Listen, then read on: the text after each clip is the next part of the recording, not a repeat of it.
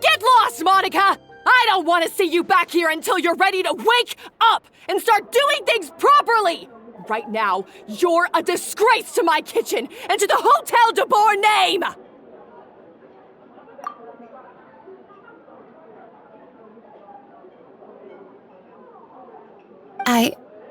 It was an accident.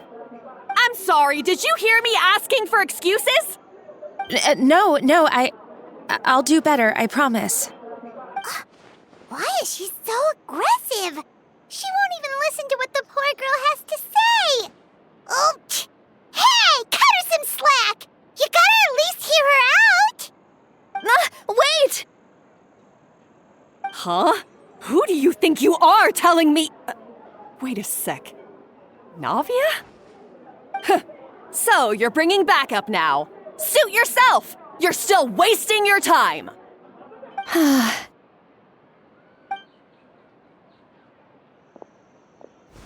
Savannah, is this how you always treat your staff? My staff is right. I'm the one in charge here now. And last time I checked, the Hotel de Boer doesn't take orders from the Spina di Rosula. Of course. How you run your kitchen is none of our business. But when a member of your staff is so overworked he becomes gravely ill, that most definitely is our business. We're going to stand up for him, whether you like it or not. Overworked? I've said it before and I'll say it again. If Fermont can't handle the job, then tough luck. There are plenty of other capable people I can hire instead. But Filmont can do the job, he just... Monica, back inside, now! Huh? But you said I shouldn't come back until... Just do as you're told, and not another word out of you! Come on, we have work to do! Wow, what a horrible person! Sorry. Looks like I've dragged you into some drama again. Her name is Savannah. She's the new head chef at Hotel de Boer. Ever since she took the job, she's been enforcing a brutal work regime and putting a huge amount of pressure on her staff. One guy was so overworked, he collapsed from illness. He's been bedridden for days, and he can barely even talk properly. I'm sorry. It's all my fault. I don't deserve to be a chef. At his family's request, the Spina di Rosula is trying to mediate on his behalf. We're not exactly making a ton of progress, as you saw. Savannah is adamant that Vermont's exhaustion and illness have nothing to do with her or how she's been running her kitchen. She's refusing to have any kind of meaningful dialogue with us. Our next thought was to talk to the other chefs at the restaurant and get a better idea of their working conditions. But with Savannah watching them like a hawk, no one has been willing to open up. And that's why I'm here, doing it the old-fashioned way. Camping out, watching, and waiting for an opportunity. Oh, shoot! It all makes sense now. Sorry. Paimon should have thunk before she spoke. Did Paimon ruin everything? Oh, no, not at all, Paimon. Honestly, the way she was laying into Monica, someone had to step in. I'm sure I would have piped up if you hadn't. And besides, I don't really think I'm built for espionage.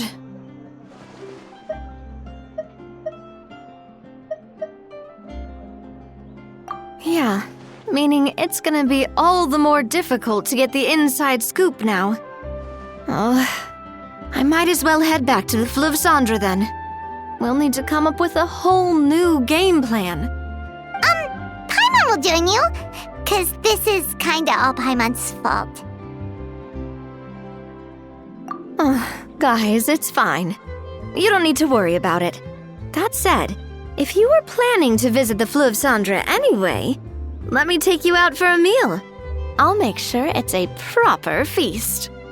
A really famous chef just joined the Spina di Rosula's tavern. Her name is... Sorry to interrupt.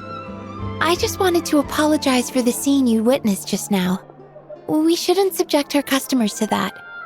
This is a small token from us. It's some candy from Monica. She asked me to make sure it was delivered into your hands. Monica's the one apologizing? Huh. Clearly Savannah is the one who owes an apology. Our head chef has been a little highly strung lately. Sorry for everything.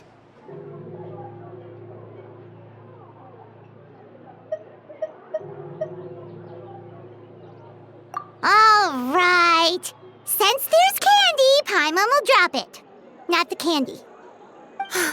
Thank you for understanding. We'll make sure to pass your feedback on to Miss Savannah.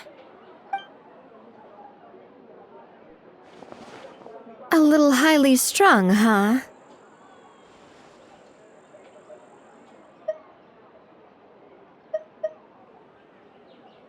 Paimon doesn't get it. How did someone like her even become head chef? Well, according to Fermat's family, she hasn't always been like this. But that's a story for another time. Let's try this candy.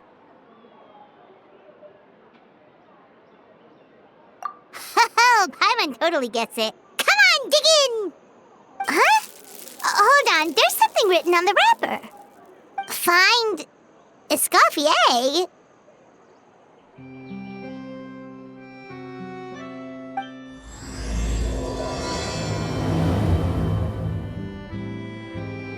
Escoffier? Could this mean... Huh? You know that name, Navia? Yeah. Let's stick to the plan and go back to the Fleuve Cendre for now.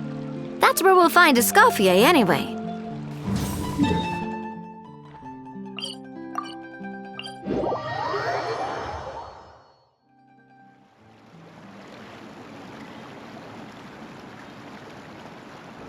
So, who is this Escoffier, anyway? Well, for starters, she used to be the head chef at the Hotel de Bourg, before Savannah. She recreated the legendary Gâteau de Bourg and restored the restaurant back to its former glory. Safe to say, she's the most renowned head chef in the Hotel de Bourg's history, after the culinary genius Modeste himself. Gâteau de Bourg? That's the super exclusive cake that they only sell a few slices a day, right? Wow. Why the heck would she let Savannah take her place? Well, apparently, the Hotel de Bourg was reported for a safety incident. Someone claims that the kitchen was adding an illegal substance to their menu. But none of the chefs had any idea how it could have gotten into the food. In the end, Escoffier decided that as head chef, she should take responsibility. And she was sent to the Fortress of Meripede. The Fortress of Meripede?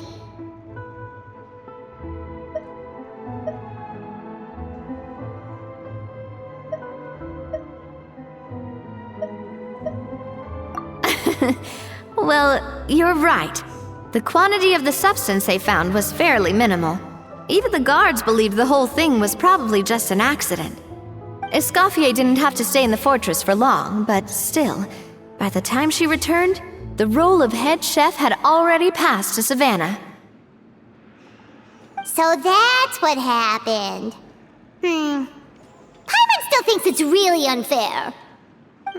Even though Escoffier is no longer head chef at the hotel, she's still well respected by the staff. So, I'm guessing what Monica wants is for us to convince Escoffier to try and negotiate with Savannah on the staff's behalf.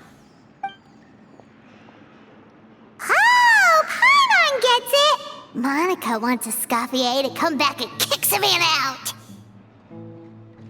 It's simple. If the new head chef is stressing everyone out, then the solution is just get the old one back.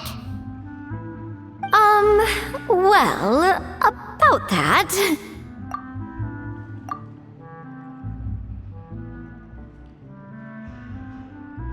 You thought cream of mushroom soup was ready to serve after 3.5 minutes on the stove! You'd have had more sense serving hot water with ice cubes. At least then you wouldn't have wasted all this perfectly good cream and mushroom. What do you say, Hilaire?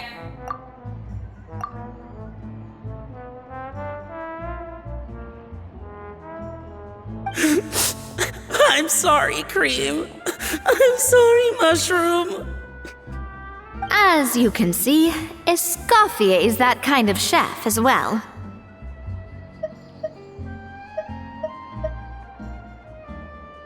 You have to leave it on the heat for long enough to allow those flavors the chance to come out.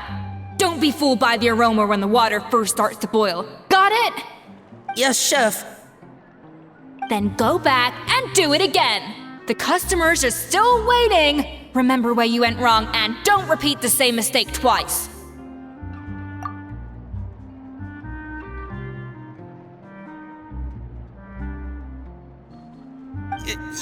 Yes, Chef.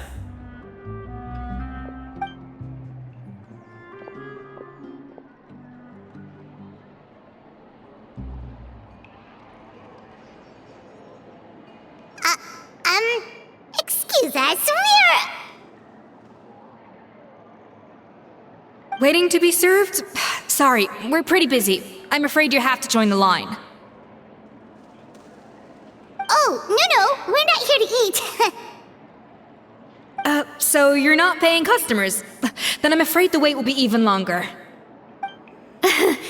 It's hard to talk to Escoffier when she's in the zone. Let's take a seat. We can catch up while we wait.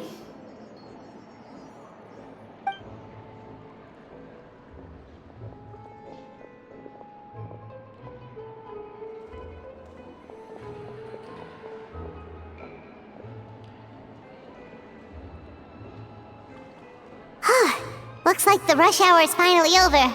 Is it always this busy here? These days, yes. I'd say business has tripled since Escoffier joined as temporary head chef. Well, in her words, the Hotel de Boer doesn't need her anymore. It doesn't look like she's got any plans to go back. I guess I'll be heading off then. Wait, take these home with you. We can't serve them now, and there's no sense in letting them go to waste. Oh, thank you, Chef. For what? Like I said, I just don't want them going to waste. Oh, and tell Fiamma to get well soon, so you're not running yourself ragged every single shift.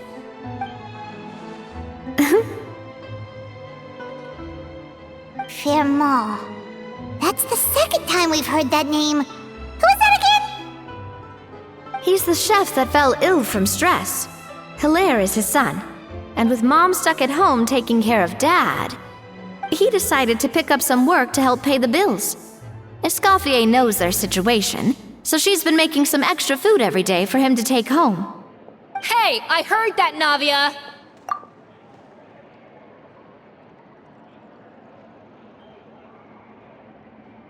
I've told you before, no one's making extra food.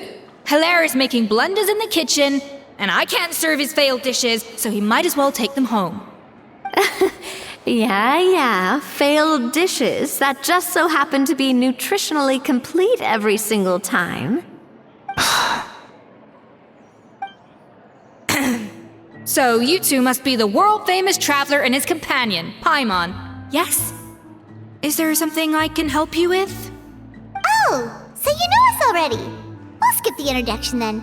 We are here to talk about Savannah. Oh, I certainly am. The Spina's headquarters are right next to the tavern.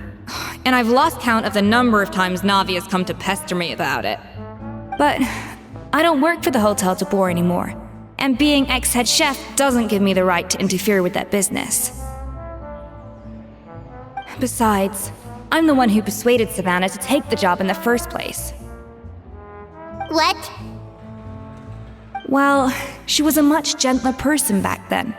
A little timid, even. She wasn't at all confident that she was the right fit for the role. That's hard to believe. Are we definitely talking about the same Savannah here? Honestly, I do wonder if she's just emulating me. I mean, I'm not the most pleasant head chef to be around either. Anyway, suffice to say that given the history between us, it'll be tricky for me to tell her she's doing her job wrong without coming across like a huge hypocrite. Fiamar and the others probably think that Savannah gets it all from me. I wouldn't be so sure about that, Escoffier. Look at this note we got from Monica. She mentioned me. Whatever shortcomings you feel you have, it looks like Monica still trusts you. As for the others, well, how can you know what they think unless you ask them? Monica. Plus, it's not like we're asking you to storm in there and raise hell. We're only in the initial phase of our investigation. All we're trying to do is get the other chefs to open up to us. Oh, Monica. Oh, Monica! Escoffier? I can't believe her! Powdered sugar is supposed to be applied sparingly. Look at all that on the wrapper. It's thicker than the sole of my shoe.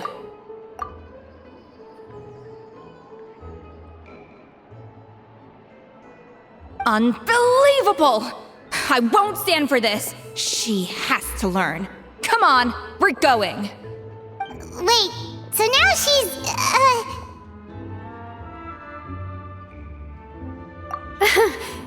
Let's go catch up to her. We don't want to keep her waiting.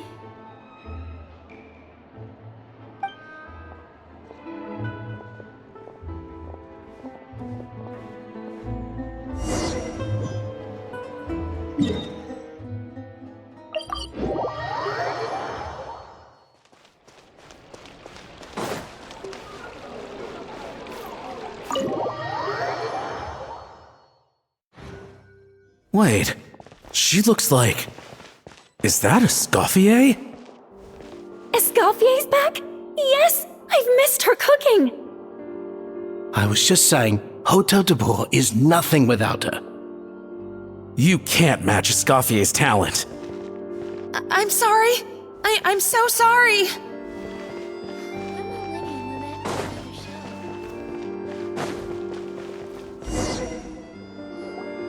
I'm sorry, I'm so sorry. I messed up your order. Oh, I wouldn't go that far. Maybe the taste is a little off, but if you hadn't brought it up, I don't think I would have noticed. But, please, you have to forgive me or Chef is gonna... Okay, I know. I'll kneel before you. What the heck? Get up, Monica! Can't you see that you're just making your customer feel more awkward? Escoffier? If you want forgiveness, then do what any self-respecting chef would do. Make the dish again. And this time, get it right. You cannot go begging your customers to feel sorry for you. Savannah said that I'm not allowed back in the kitchen until I've corrected my mistake. But if I can't go back into the kitchen, I can't do the dish over. That's some backwards logic. How can you fix your mistake without being allowed to cook? If this is what Fermat had to put up with, then no wonder he had a breakdown.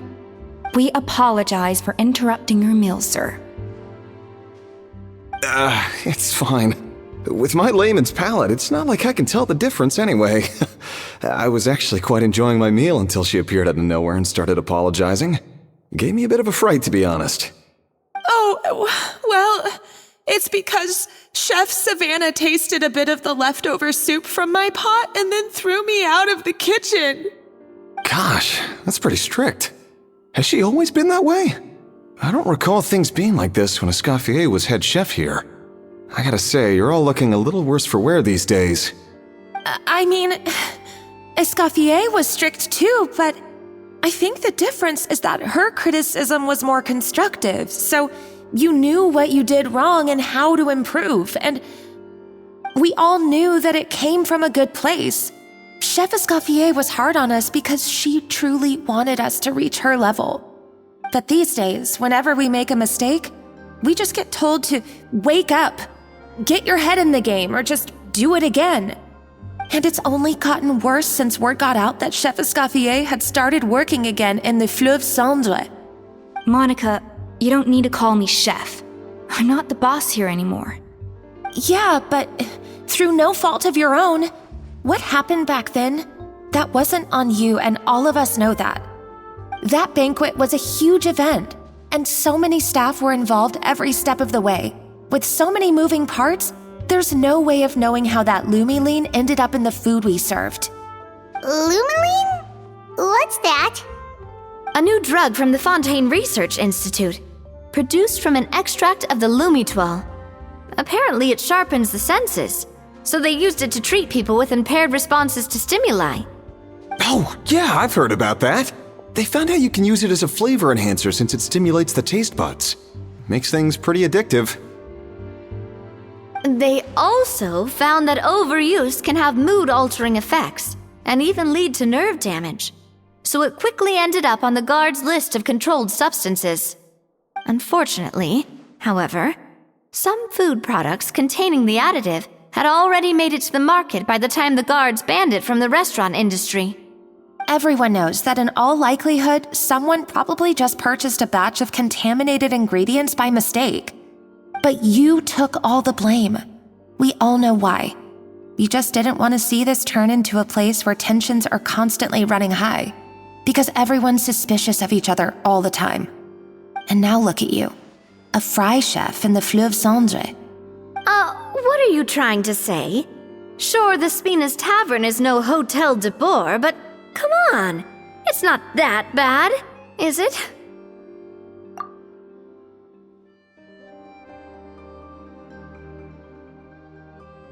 Oh, the Fleuve Cendre, you say? Great! That's where I'm dining from now on.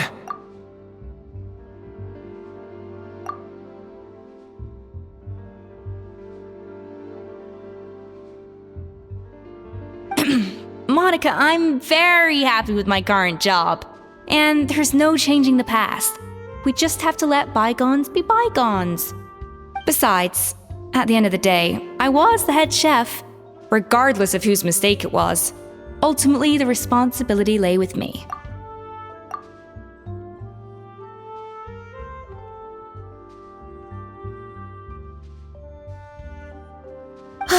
If only Savannah was half the boss you were. I'm sorry?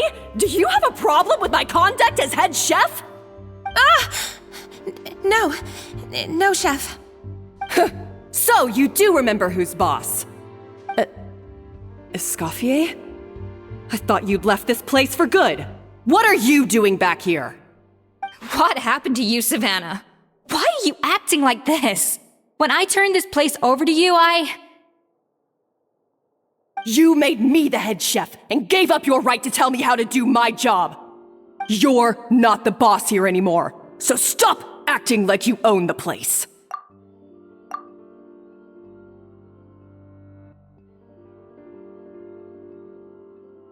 Whoa. Sounds like someone has a chip on her shoulder. Oh, Savannah!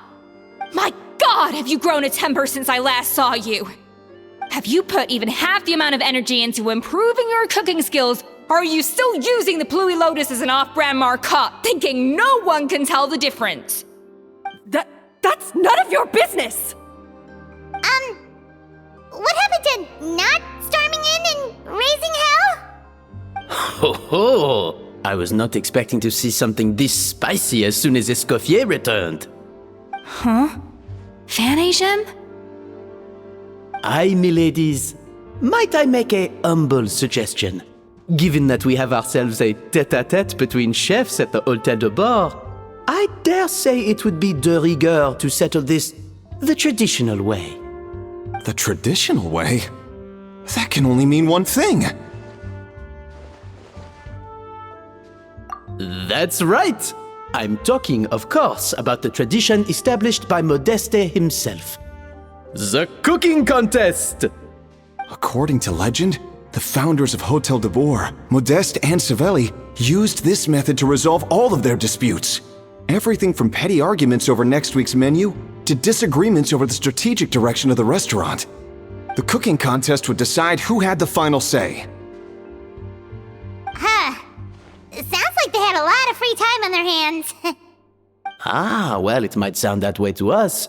But in fact, the cooking contest played an enormous role in motivating chefs to hone their skills, reaching new heights of excellence in the culinary arts. And indeed, the reintroduction of this institution in recent years has surely been instrumental in transforming the Hôtel de Bord into the top-ranking restaurant in Fontaine. Reintroduction? Someone brought it back? Who?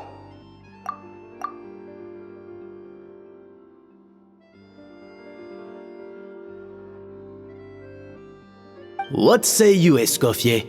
Surely you of all people won't back down from this challenge. It was you who put the rule in place, after all.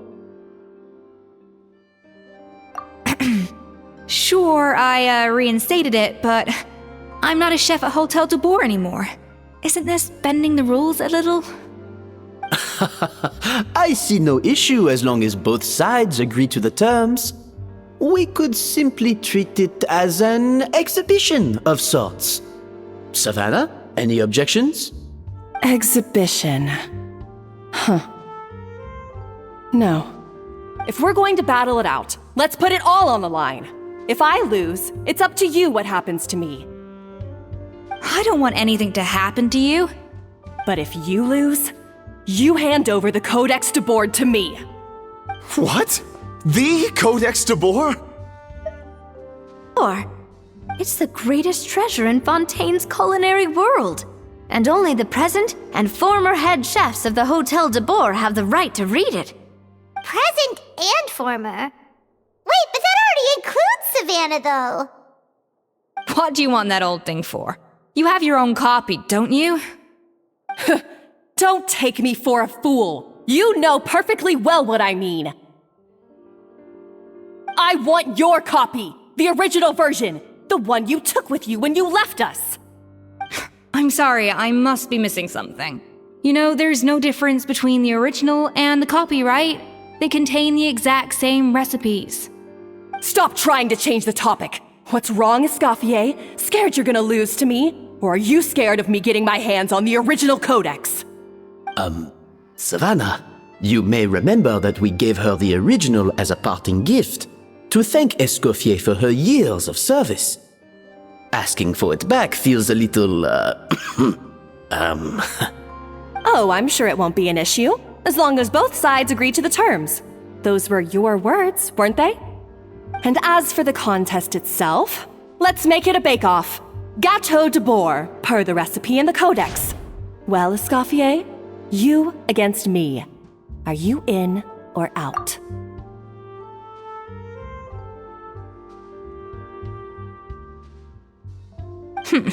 You sound surprisingly confident. Alright then, let's see how much you've actually grown. I hope you surprise me, Savannah. I'd hate to find out that all you've learned after this long is how to chew people's heads off. Believe me, I'll show you. Escoffier, are you sure this is a good idea? You accepted her terms a little hastily. Oh, it'll be fine. Let's head back to the Fleuve Cendres so I can get prepping.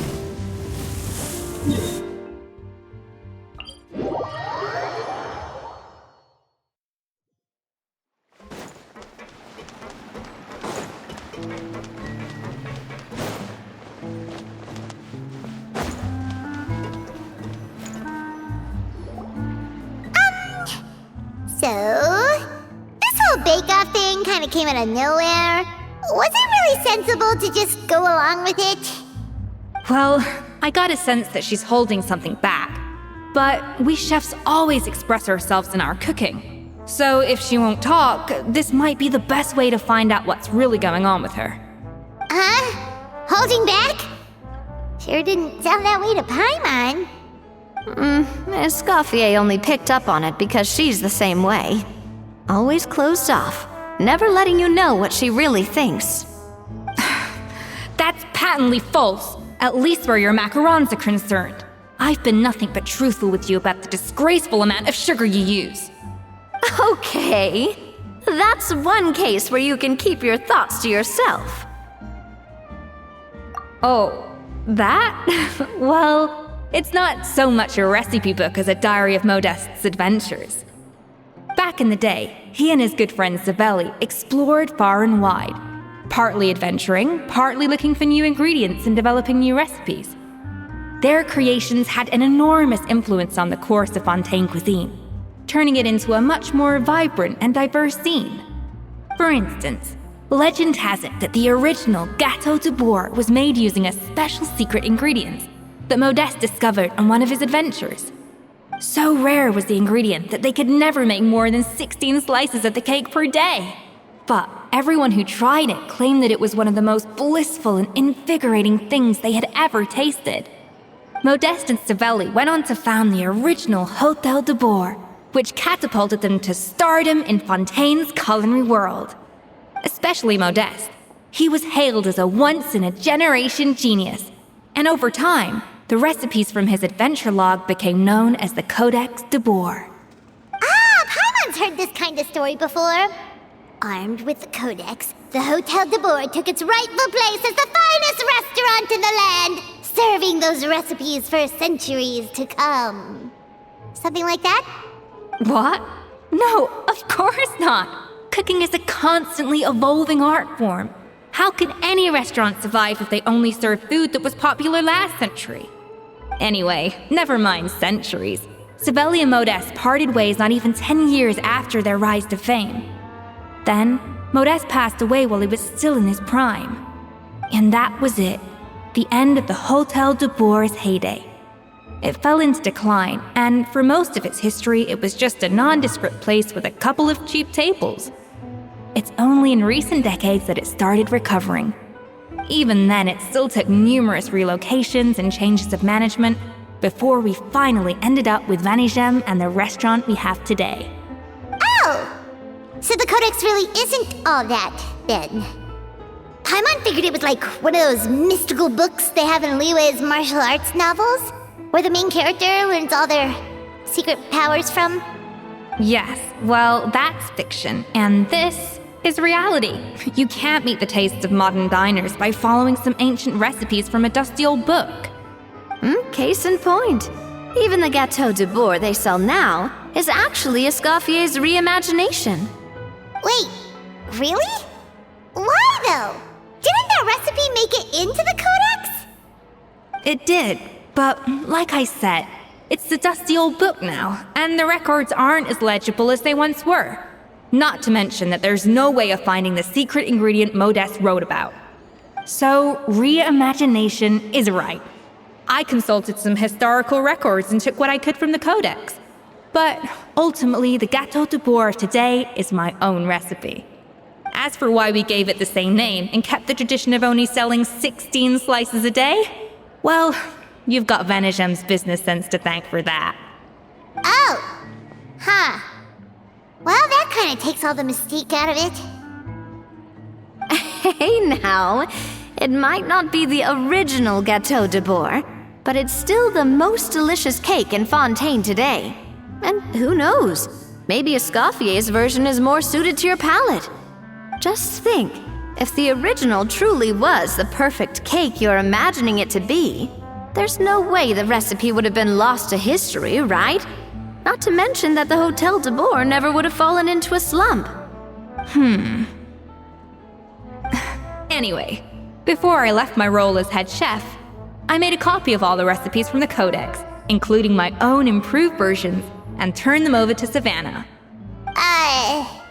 So why is she so interested in the original copy? Could it be a symbolic thing? Like, whoever holds the original Codex de Bourg is the true head chef? Well, it was clearly precious enough to give to Escoffier as a parting gift. Meanwhile, Savannah only got a copy. Maybe from her point of view, it's like management doesn't truly see her as being worthy of the role. You think so? The only thing is, it was her suggestion to gift me the original in the first place. Well, a joint decision by her and Vanigem. But still. What? Huh. Guess she's had a major change of heart since she became head chef. Yeesh. Who knows? We could speculate forever. Better to just let our gato do the talking. It means vesting her in this bake-off, and then getting her to explain herself, even if I have to beat it out of her with a spatula.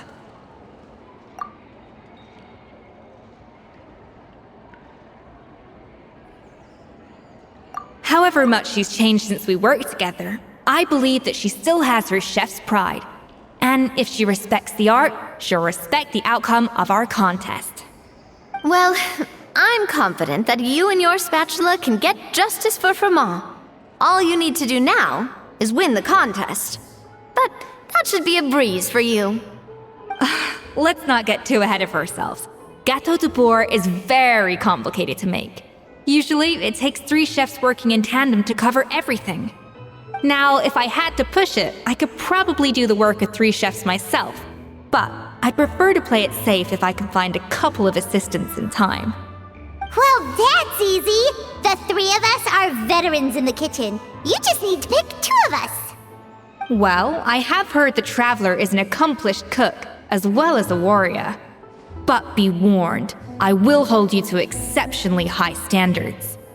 Think you're up to the task? Oh, count me in too. I've spent weeks perfecting my macarons after your scathing review. Even if it means competing against the Traveler, so be it. I'll show you what I'm made of. Confident. I like it. Alright, let's start with some elementary mise en place. Show me your knife skills.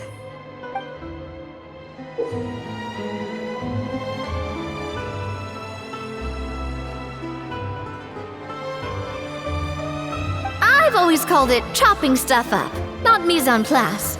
But it's basically the same thing, right? Oh, Navia. The difference in your case is that mise en place is chopping stuff up without sending juices flying all over the kitchen.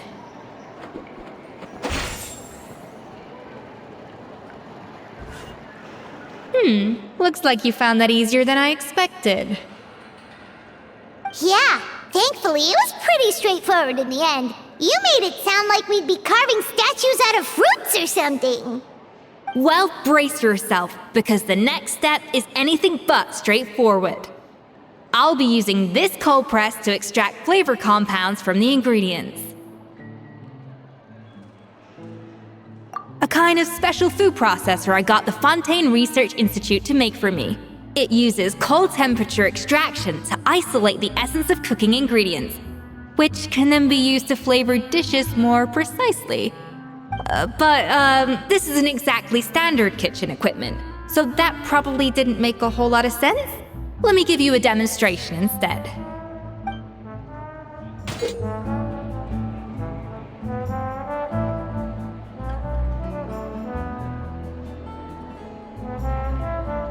Custom-made equipment from the Fontaine Research Institute, huh? That's some pretty high-tech food prep.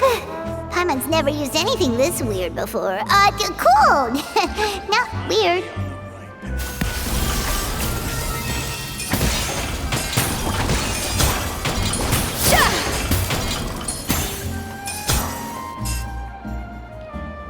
And done. These are the flavor compounds extracted from our ingredients. I processed all the fruit you chopped up earlier.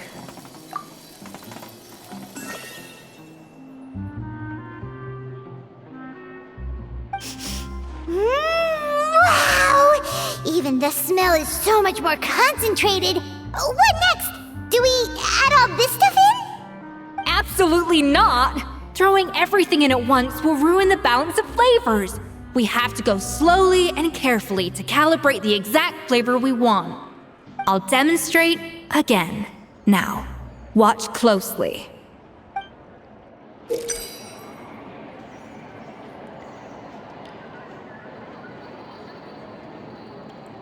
Slowly and carefully.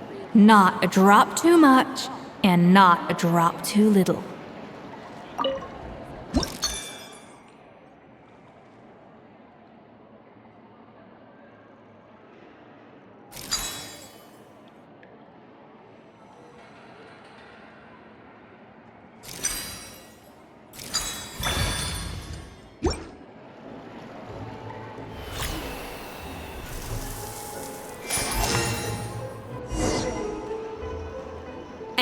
voila! Now it's your turn.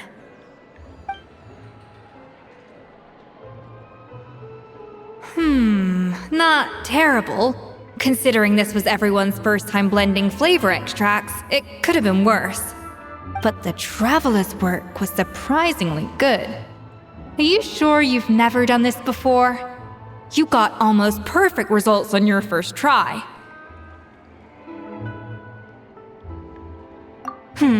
That goes without saying. Still, credit where credit's due. You did well. Alright, now for the part I've been looking forward to. I want each of you to cook something from the Hotel du Bois' current menu. I'll judge your submissions and give you a final score. That's right. The true test of your cooking skills is the finished product. It'll be good practice for the contest itself. Now get to it. Chop chop!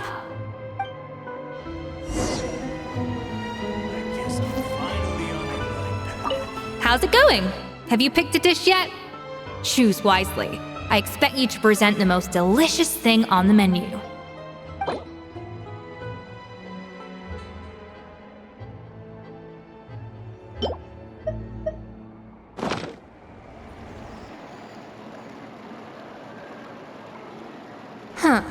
I know this doesn't represent what you're capable of. Try again, and this time, I want to see you make a proper attempt.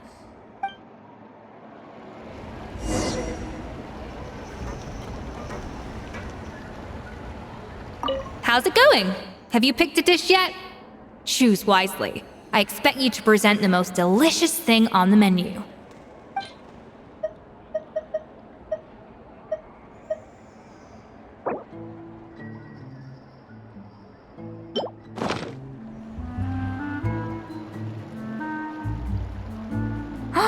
Look at that! With the grace of a snow-winged goose, as I like to say. Now, let the grating commence.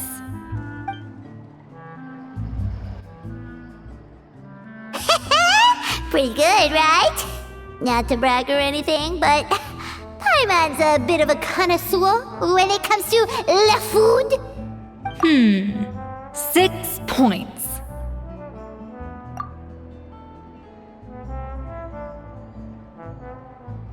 What? Oh, well, fair enough. Paimon doesn't cook all that often, so as long as it's a pass. That's 6 out of 100. What?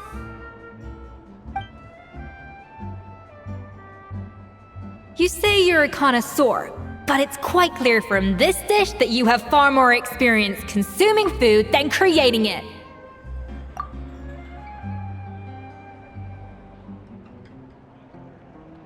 By that logic, I suppose you think listening to Lady Farina on repeat every day would make you an opera singer. Aww. Me next! I'll have you know that this batch of macarons has 2 whole tablespoons less sugar than my previous ones. So you went from 12 tablespoons to 10? Well, it's nice to know you actually measured it out. Because it tastes like you just threw in whatever was left in the jar. 6 points. Aww.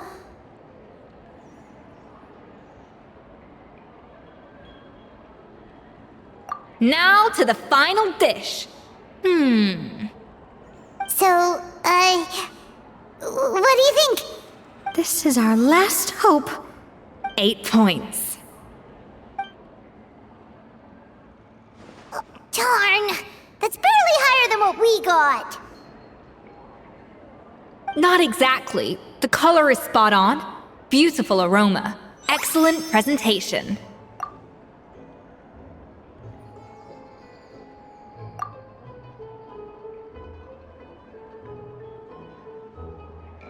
I have to give this one 8 points out of 10. Maybe even 9 points. Huh? How did you pull that off?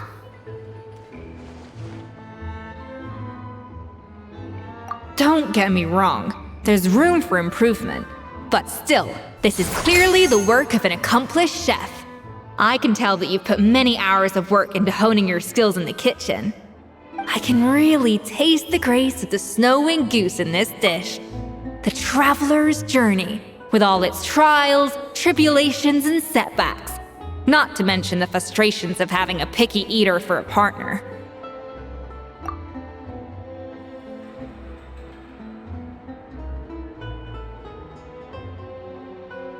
Hey, you made that last part up! No way did you taste that! Well, it looks like I lost fair and square. I guess you'll be taking the Traveler as one of your assistants then? But if it takes 3 chefs, that still leaves 1 slot remaining. Maybe Paimon and Navia should keep practicing and see how it goes? Chef Escoffier. Oh, it's Hilaire! What brings you here? I heard the news about the cooking contest. You're doing Gâteau de Bourg, right? I was just wondering if you needed any help. And you think you're up to the task, do you? Oh, no, I know I'm not there yet. It's actually my dad who wanted to help. Firma, last I heard, you could barely get out of bed.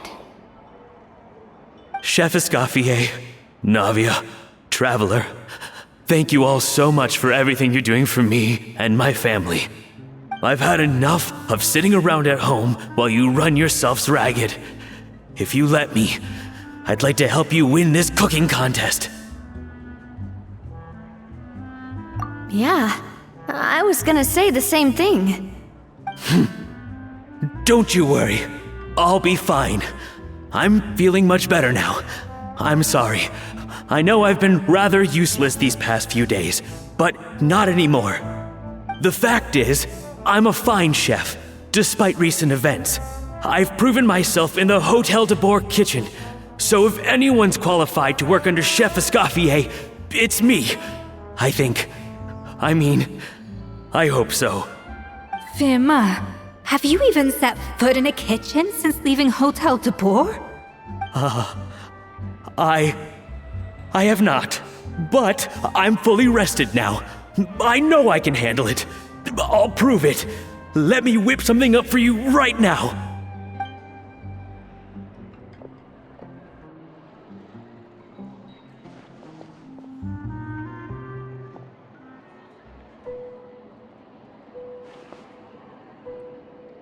Huh?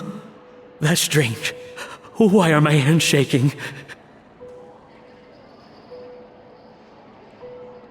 What do you call this, Firma? I can't seem to grip my knife. Do it again! Again! Again! I...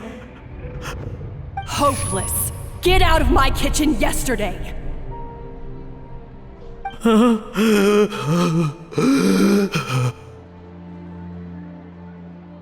Dad, what's wrong? I don't understand. I was feeling so much better, and then Will I never be able to work in a kitchen again? Dad, talk to me. What happened?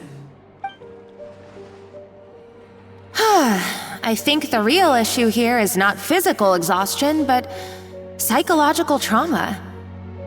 Monica, when did you get here? Probably because you were all concentrating so hard on your cooking. I didn't want to interrupt your flow. But anyway, Firma, I'm so sorry. If only I'd known how serious your situation was, I would have stood up for you sooner. You have nothing to apologize for, Monica. During those long nights of redoing every order, you were the only person who looked out for me. Oh, come on. All I did was make you some tea. I doubt it was much help. Savannah was so ruthless toward you. I probably should have brought you something stronger. She sounds like the worst. All right, another Savannah horror story. Let's hear it. She's been getting harsher and harsher on us ever since she heard about Escoffier's new role in the Fleuve Cendre. Seems like no matter what we make, she'll find something wrong with it. What is this? It looks like a dog's been at it. In the trash now! Then she orders us to redo the dish again and again, but we never know what's going to make her happy.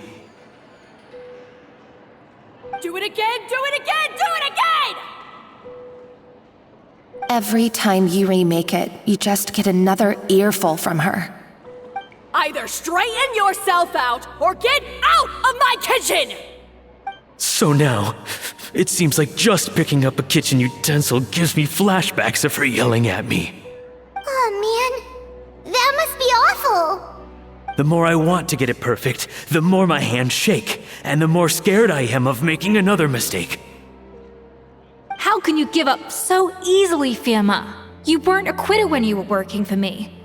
And even under Savannah, you talk about working late into the night trying to perfect your dishes.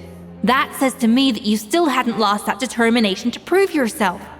What changed? I don't know what's come over me. When I think back, I just remember feeling like my heart and my hands were growing heavier and heavier as the shift went on. Each time I had to redo a dish, my heart sank a little further. Maybe Savannah was right. Maybe I am just hopeless at this. Dad. I see. Well, it sounds like there are some deep issues at work here. Ones that won't be resolved by merely seeking compensation. I will win this contest, and after that, I encourage you to approach Savannah and talk this out. But what if you can't find another assistant in time? Clearly, I'm in no state to help out. You think being one person short will ruin my chances? Let's not forget, I taught you and her everything you know. Even if I had to go it alone, I would present the perfect gâteau. Oh, well, Paimon and Navia will still keep practicing, just in case. And so will I. Yeah! And if worse comes to worse, we can always get the Spina di Rosula to put out an emergency call for chefs. There's gotta be someone out there, right? Actually, I thought maybe I could help. That's sort of why I'm here. What? Why didn't you say so? I was going to, but then... well, this is the first chance I got. You do this for us? Thank you so much, Monica. Alright, fine by me. But aren't you still working for Savannah? Joining the other side seems like a guaranteed way to put your future employment in jeopardy. I know, but it's all right. I've made up my mind. With the way things are, I can't keep working for Savannah much longer anyway. Unless I want to become the next Firma. I'm done with sucking it up. It's time to try and turn things around. If this cooking contest can get Savannah to see the error of her ways, then I'm sure she'll forgive me for this. Well, Paimon didn't think we'd be poaching from Savannah's staff to get our third person, but there you go. Anyway, Monica's a professional chef, so nothing could possibly go wrong now. Great! Then it's settled. And to congratulate you all on making the team, I propose a Spina-sponsored meal to celebrate. Spina-sponsored? Wait, you mean I'm cooking?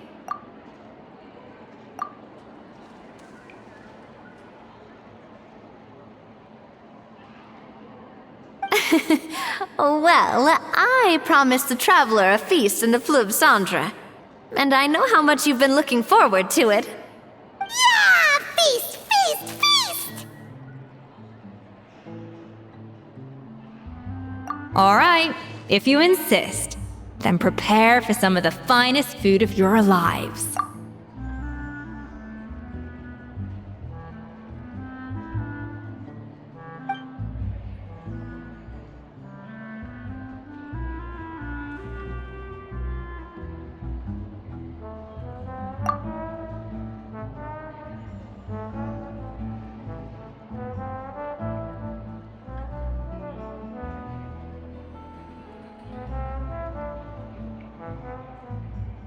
That's not a bad idea, actually. Wait, hold on. You need to finesse that further.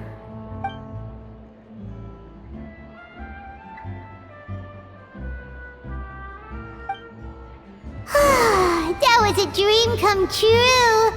Paimon never knew Fontanian cuisine could be this good. So, this is what Chef Escoffier is truly capable of. Wow. I don't know if I'll ever be able to cook as good as that.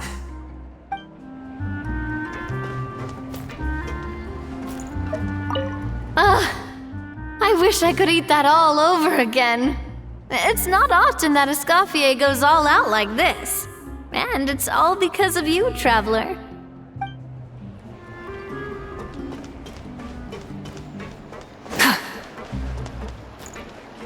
Finally on the right path.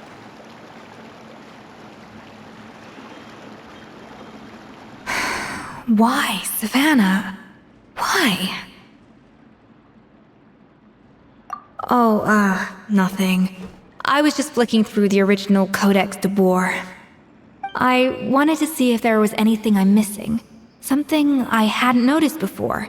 That might explain why Savannah's so desperate to get her hands on it. But I can't find anything. It's just some hastily scribbled recipes in between diary entries from Modeste's adventuring phase. And most of it's not even legible anymore. The copy I gave her not only has all the recipes in full, but even includes my own private tips and notes from years of experience. Surely that's infinitely more useful than this old thing.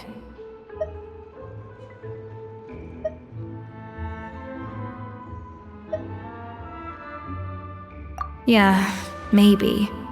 Still, it's just hard for me to imagine that the Savannah I knew would go to all this effort just to make a point.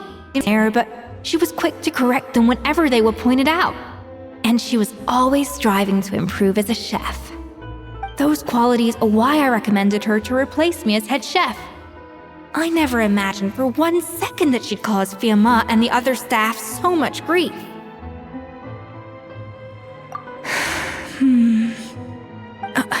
Well, I mean to an extent, of course. I pushed hard for her to get the role. And the idea that she turned out like this because of me is difficult to come to terms with. I wonder if this is how Modeste felt back when he was writing the Codex.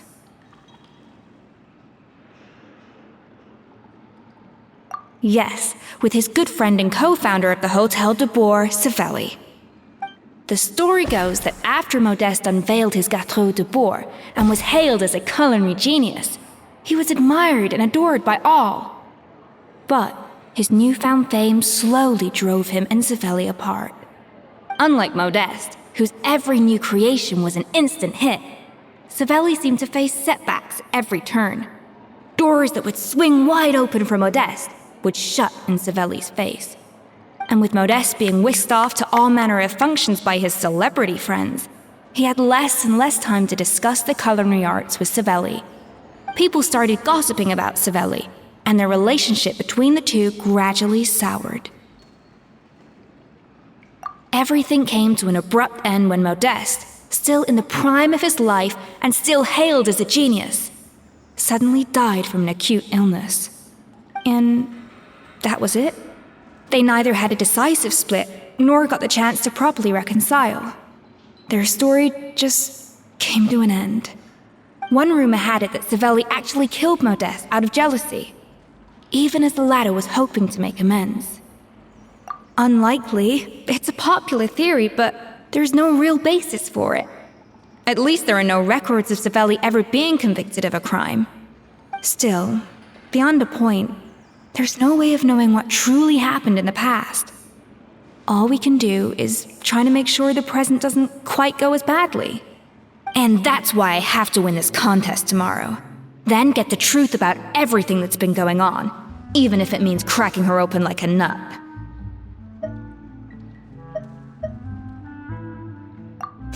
You're right about that. Just follow my lead and victory will be ours.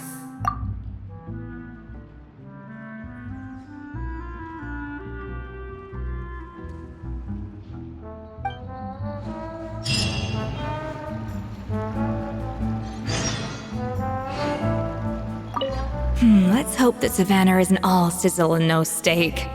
After all the work we put in, it would kinda be a shame if tomorrow was a complete cakewalk.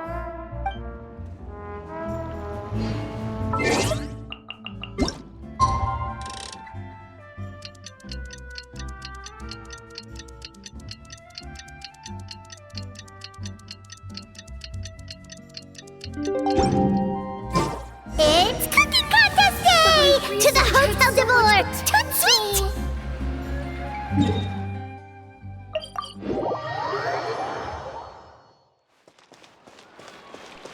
Did you hear the news? Escoffier's coming back for a cooking contest.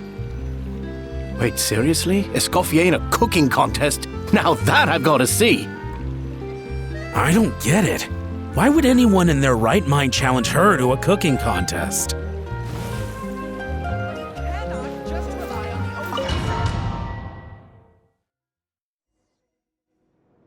Mesdames et messieurs, welcome one and all to the Hôtel de Bord and to this most exciting of cooking contests.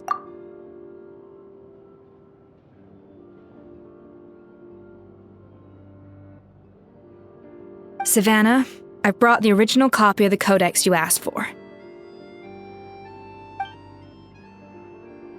Monica? Huh. In the interests of fairness, this contest will be conducted in a double-blind format. Once the dishes are complete, they will be sent to the back of the kitchen where they'll each receive a label. The labels will be placed out of sight underneath the plates, only to be revealed after the judges have sampled them and reached a final verdict. This is to ensure that no one will know which dish is made by which contestant. As one of the judges, I promise to be fair and impartial. When my meal got interrupted yesterday, I never thought this is how they'd make it up to me. Getting a seat on the judging panel is a pretty sweet deal. Both contestants have taken their positions? Then, without further ado, let the Hôtel de Bord cooking contest commence!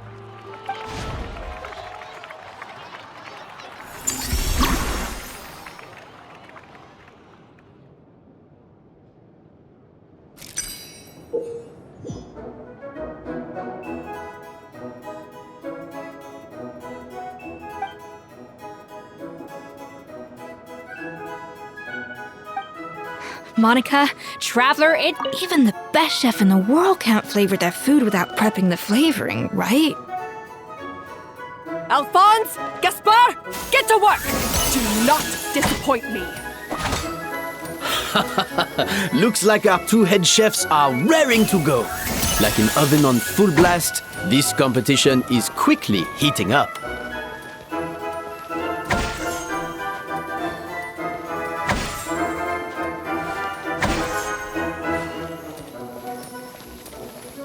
No recipe, no problem.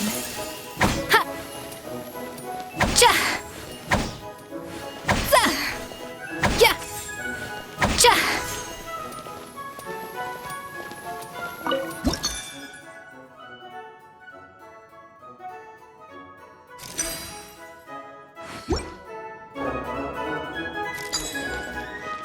Bon appetit! Za! Ya!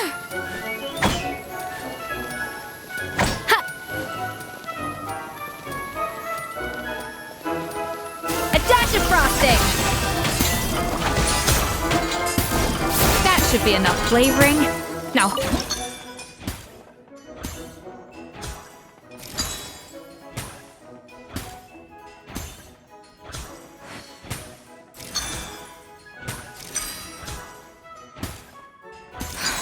stay calm, Escoffier. There has to be a way to balance the flavors.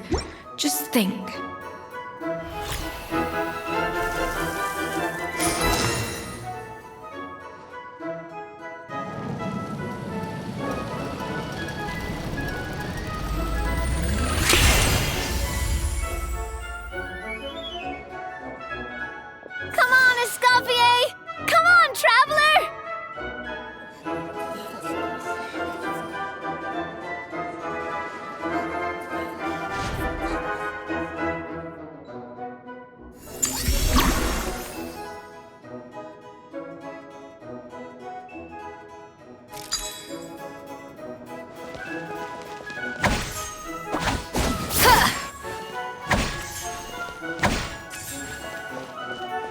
To the freezer! Yeah!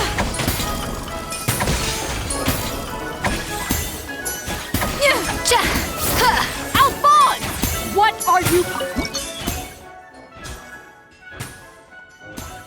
The balance of flavors is about right, but the quantity is too low.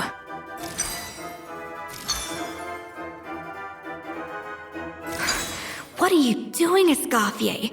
Your team's waiting on you. Yes, chef! Oh, tension in the ranks on Team Savannah. Will this slow their progress?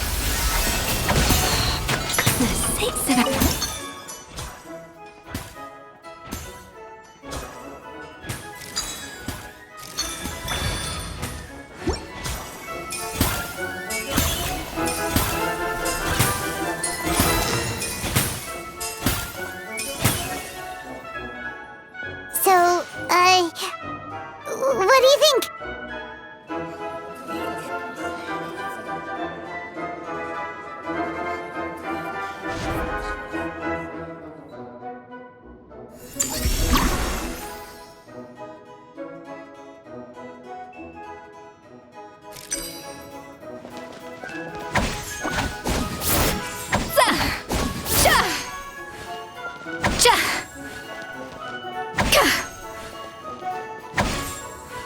Escoffier is already on the final step of the recipe. Let's check on Savannah's progress. I think this flavor profile is...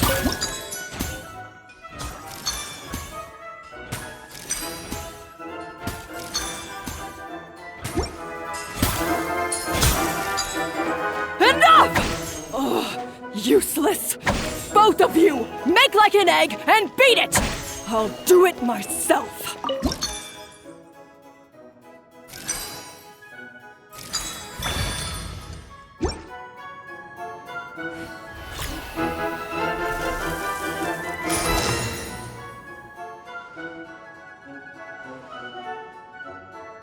You can't match Escoffier's talent.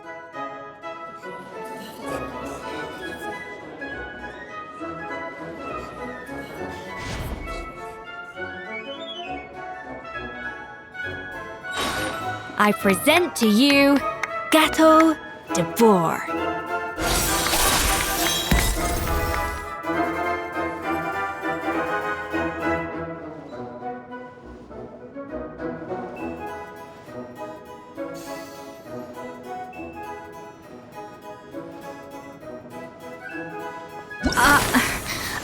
I was just exercising caution. I had to make sure everything was perfect.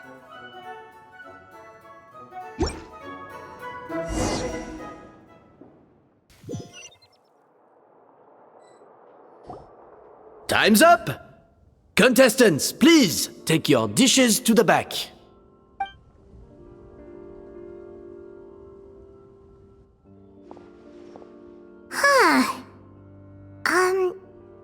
That guy was right.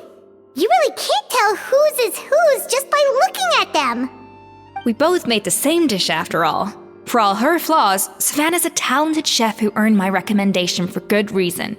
She wouldn't screw up something as elementary as the cake's appearance. Whoa! This is really rather good. Wonderfully soft and fluffy. Beautifully sweet. This is a masterclass in how to make Gâteau de Bourg. I would give this one at least 9.9 out of 10! Only because there's something about the flavor of the base. It's just a little different from the recipe I'm used to. Huh? Really? I couldn't tell.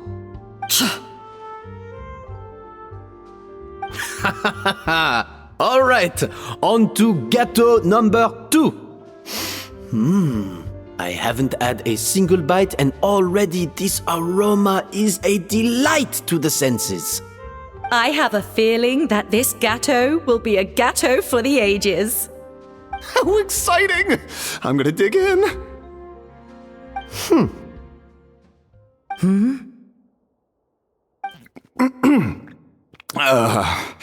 I think maybe someone got a little carried away when they were adding the sugar. Not just the sugar, it's the flavors too. This is all over the place. Who made this? It appears the decision is unanimous. This gâteau is far below the standard we would expect. And Paimon thought this might actually be close. Turns out she can't bake to save her life.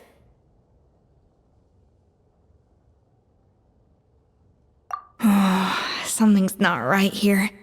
Savannah may not be perfect, but no way is she this sloppy. I can now declare that the creator of the first gâteau has won this cooking contest. Now, all that remains is to turn the plate over and reveal the chef's name underneath. What? It's Savannah? No! That's impossible! Hey, Savannah! You cheated, didn't you? You cheater! What did you do? Oh, you swapped the plates, didn't you? Well, someone's a sore loser. These cakes went from the oven to the judge's table without me ever laying a finger on them, and everyone here can attest to that. It was Vanejem's staff who labeled them in the kitchen. If you're looking to accuse someone, why don't you start with them? Isn't it more likely that Escoffier's lost her edge? Oh, or maybe her assistants let the team down. You take that back! Judges, we demand a rematch!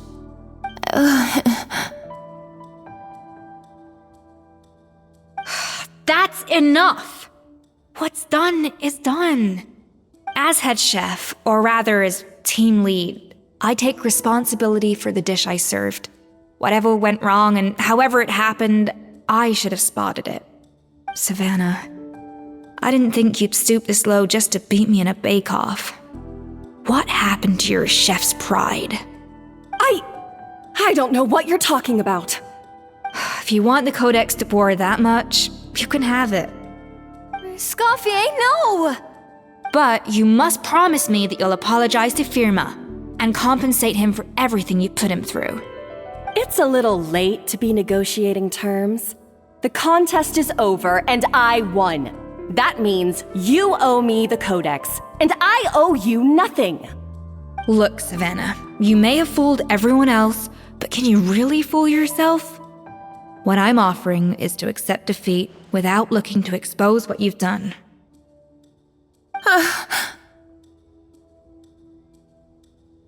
But only on the condition that you promise to stop putting so much pressure on your staff. Fine. I'll treat this as your final handover of duties from one head chef to the next. So, will that be all, ex-head chef? Or is there any other unfinished business you'd like to leave in my hands? I didn't mean that to be a scolding from your former boss, just a word of advice from a fellow chef and a friend. But I don't know if you're even open to input from other people anymore. I know what I'm doing. I don't need your advice. All right, fine. I'm glad to hear it.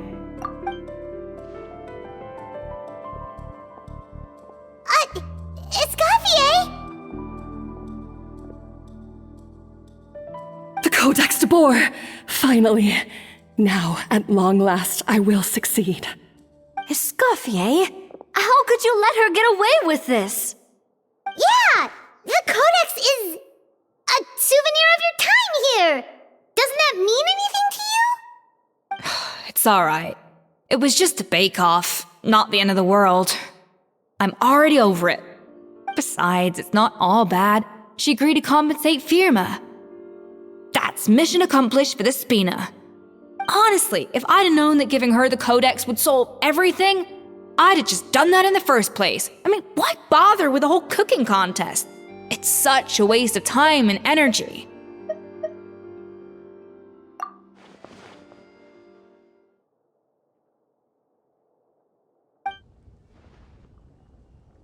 No. No! This doesn't make any sense! Huh? That's it? No secrets, no nothing? I don't believe it! This can't be happening. Oh, Chef Savannah! Savannah?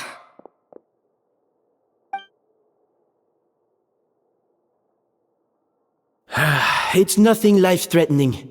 Just a lot of pent-up stress and exhaustion. Oh, I knew it.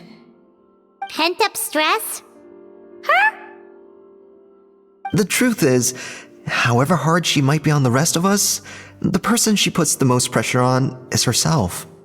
Yes, there are nights when she makes us redo things over and over into the wee hours. But for her, it's every night.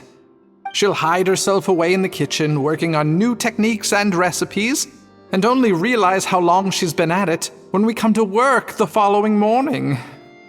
But why? Why would she do that? Our best guess is, she doesn't want to be seen as less of a chef than Escoffier. And there it is. Even so, that's no excuse for taking her anger out on the rest of you.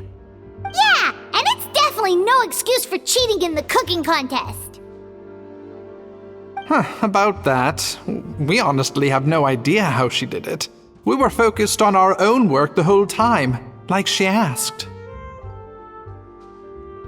Leone and Algalia were the ones I tasked with labeling the cakes. I've already spoken to them both. They're at a loss to explain it too. Not to worry. Come on, join me downstairs. I'll interrogate the guilty gâteau myself.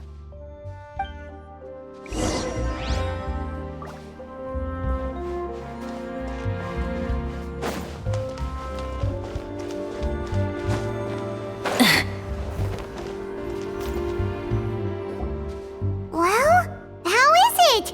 Have you figured out what it was?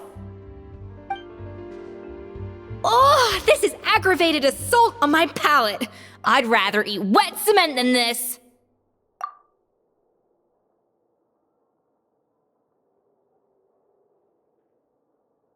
Is it really that bad?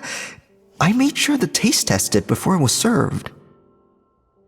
Oh, relax. This isn't your cake. Savannah never switched the plates. The offending flavors are coming from in between the icing and the cake base, which means someone tampered with it while it was being made. Or in other words, we have a traitor in our midst.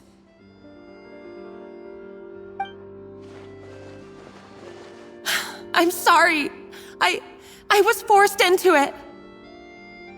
It was Chef Savannah. She said if I didn't cooperate, she would... Calm down, Monica. I've already accepted defeat. And if I wanted retribution, I would have brought this up when the results were announced. Whatever's going on with you, just spill the beans. There's no need to hide it.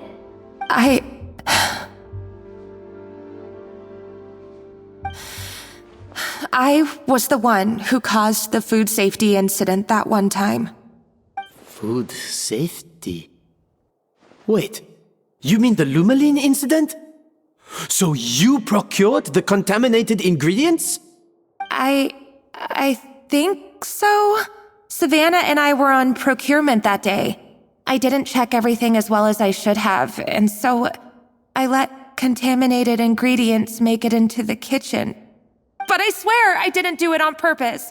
I had no idea there was an issue with them, and I didn't know it would end up with Escoffier going to jail. But the last thing I expected was for Savannah to use it as leverage to blackmail me with...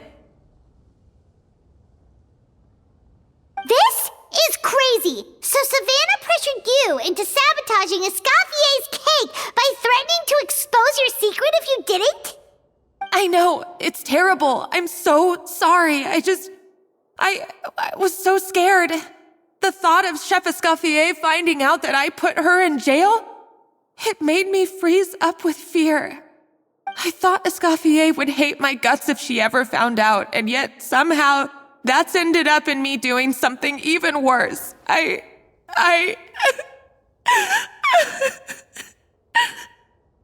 Seriously? All this fuss over a little slip-up? Huh? Firstly, it's not like I got a life sentence.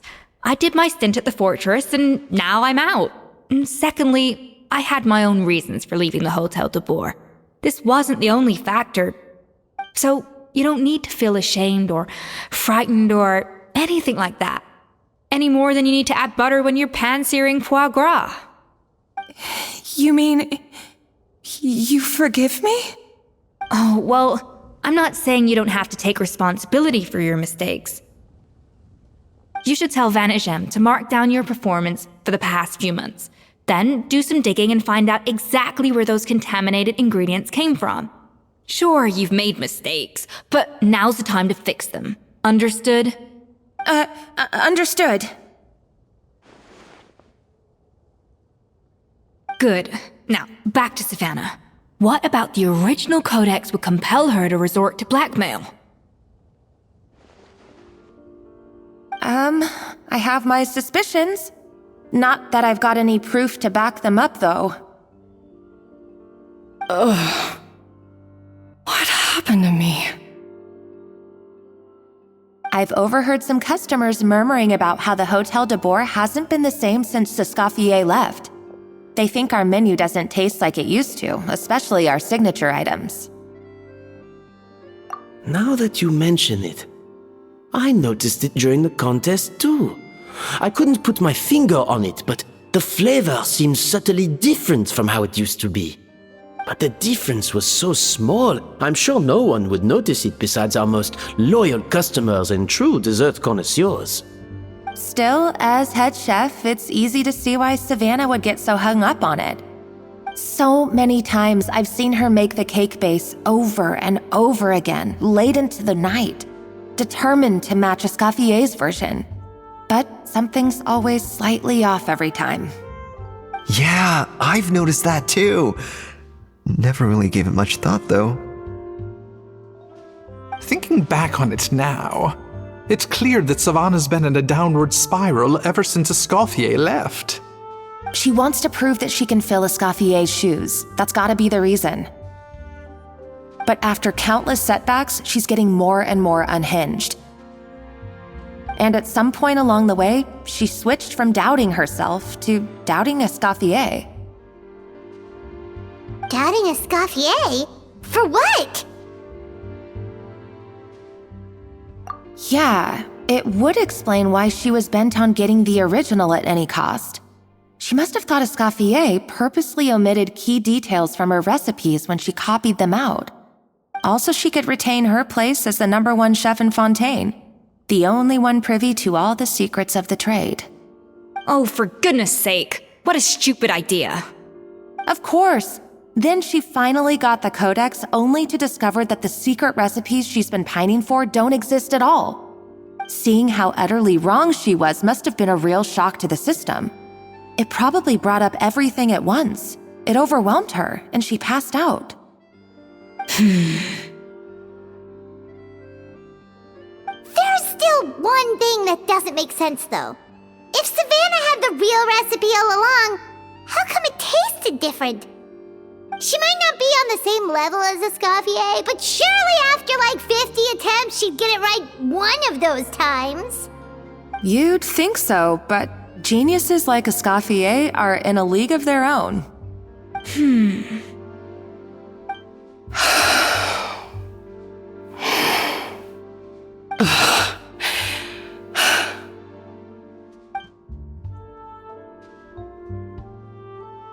New head chef, you say? What's her name? I don't think I've heard of her before. I wonder, can the Hotel de Boer keep its edge without Escoffier at the helm?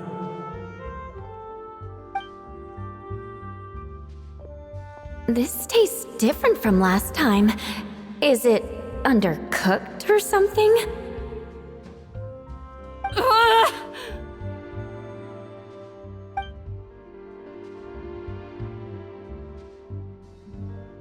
Take this. It's a copy of the Codex de Boer.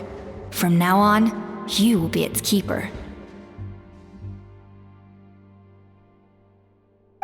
Don't listen to the doubters. If I say you can do it, then you can do it. Even if you don't believe in yourself, at least believe in me. Hey, did you hear me? Once I'm gone, the restaurant is all yours.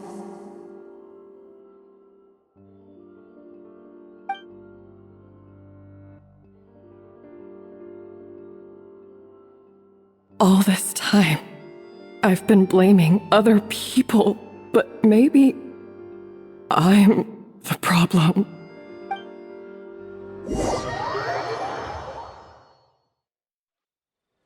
I sincerely apologize for putting everyone out. Savannah's awake now, but I don't think she's ready to speak to anyone yet. Let's give her the day to calm down. I'm sure you'll have the chance to talk everything out tomorrow. In that case, I'll go and update for Ma and his family. I wonder what he'll make of all this.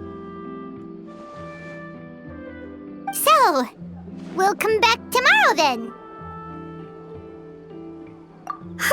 That was a long day. I think I've earned myself a sweet treat when I get back home. Oh, nice! Macarons? Or are you gonna switch it up this time?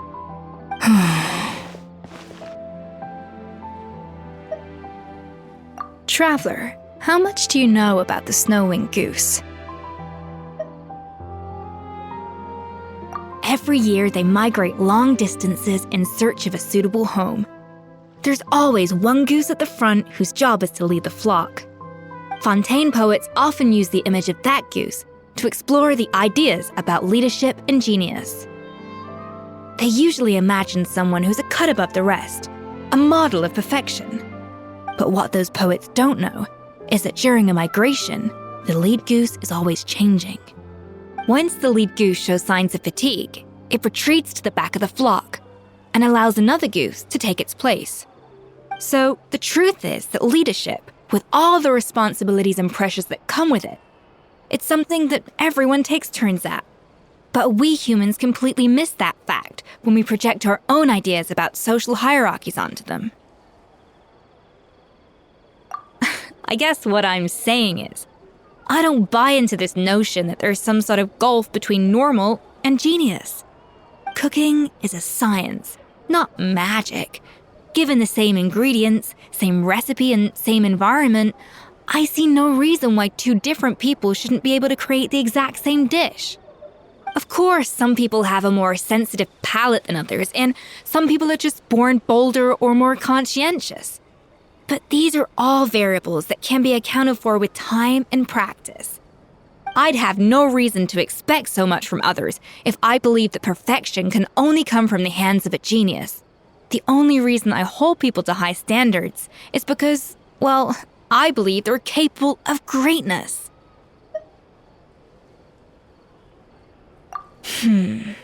Okay, I've made up my mind. I'm gonna get to the bottom of why Savannah failed. And come tomorrow, I'll give her the scolding of her life, pointing out all the mistakes she's made along the way. Then she'll finally see the error of her ways.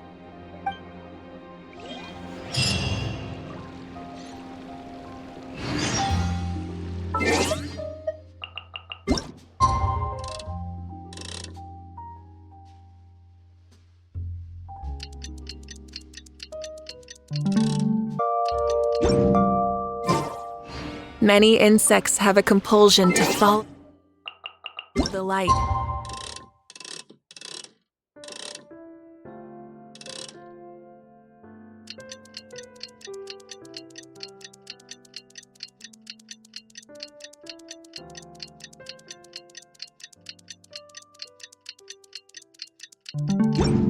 Humans are the same, except we call that light hope.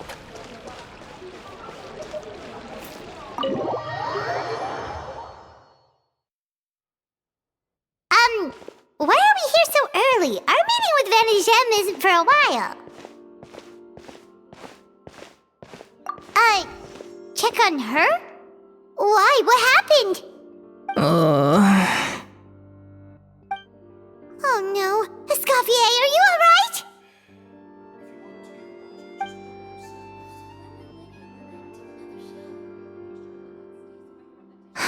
I'm fine. Just need to get some more coffee in me.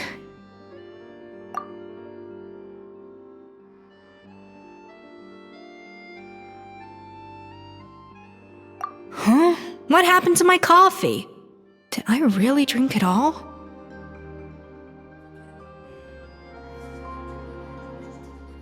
All right.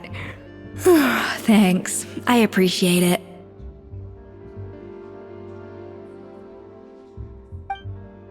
Well, there's cooking facilities here, or we could just grab a cup of coffee from Cafe Lutece, but either way, hurry!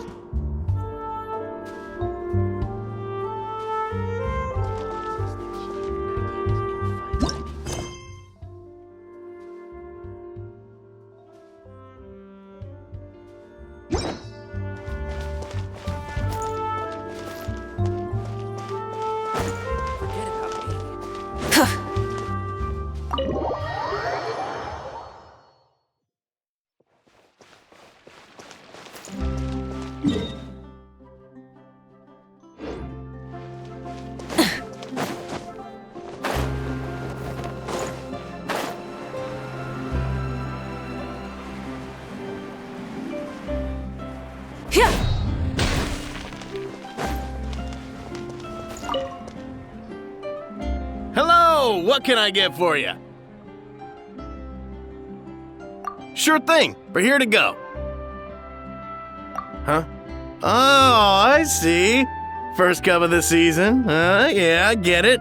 Young people these days do love their little surprises.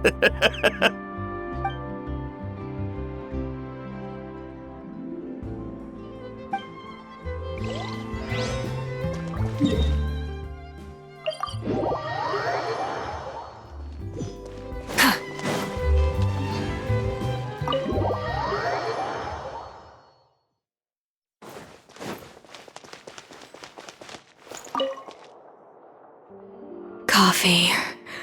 Need coffee.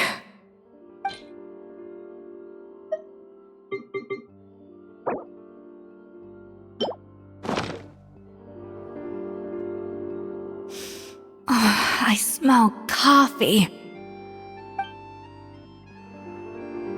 I feel much better now. Thank you so much, Traveler and Paimon. Glad to hear it, but make sure to catch up on your sleep when you get the chance. I think I figured out where the problem lies. Honestly, it's ridiculous. I don't know whether to laugh or cry. Wait, what investigation? What are you guys talking about? I'll save it for when everyone else gets here. It's so stupidly small, I can't believe it's caused so much drama.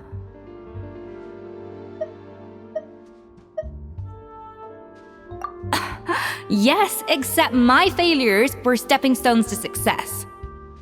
Escoffier! Have you seen Savannah? Huh? No, not since yesterday.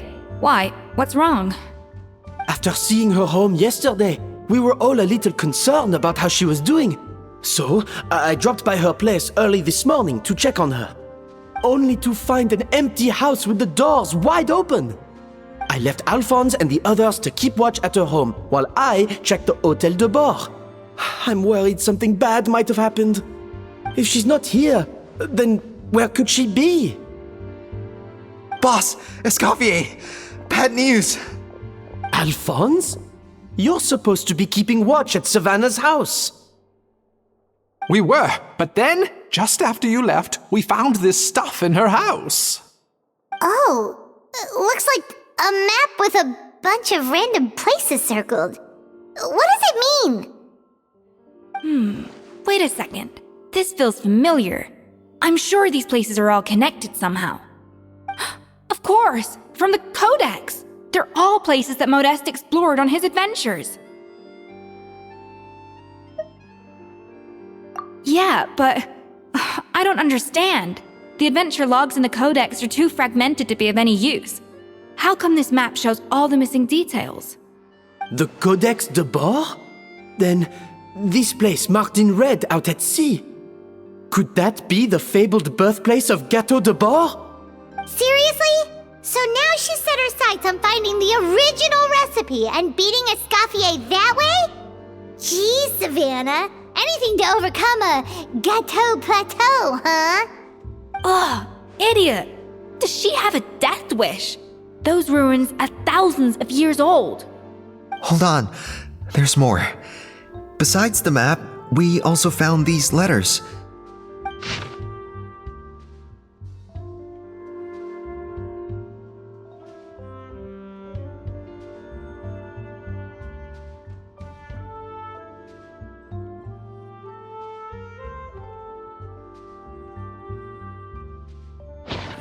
It was you. You let the Lumaline through, didn't you? It sounds like a threat letter. Does this mean that Savannah was responsible for the safety incident? And not Monica after all? Retrieve the codex by any means necessary. So the cooking contest and the cheating. Someone else was behind her pulling the strings? She's keeping the true recipe to herself. Ugh, this is all such a mess. Paimon needs a second to process this. First, we thought that Savannah forced Monica to cheat in the cooking contest. But now, it turns out that someone else forced Savannah to force Monica to cheat?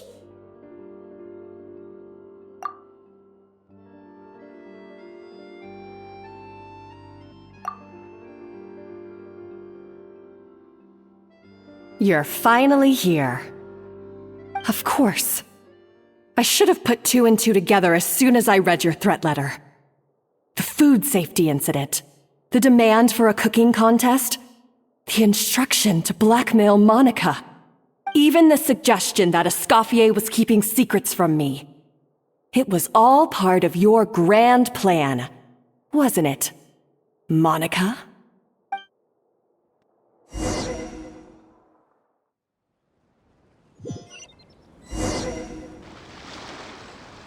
We should be getting close to the spot marked on the map. Of all the stupid things she's done, this really takes the cake. The moment we find her, I'm gonna curse the living daylights out of her.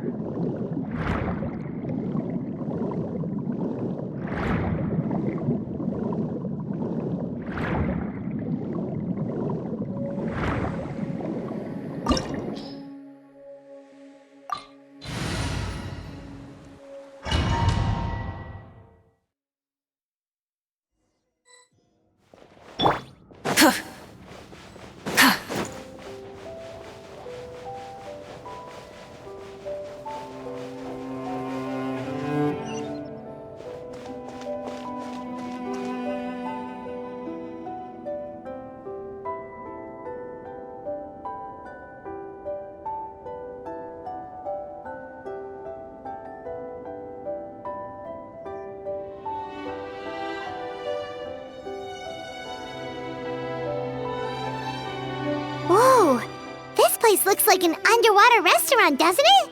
Suddenly, the idea of an adventure chef finding secret ingredients makes a whole lot more sense. I think Modest's codex mentioned this place. A public bath from the time of Remoria. So yeah, definitely the kind of place that would have served food and drinks. Huh? Some blubber beasts have come to join the party? How did they get here?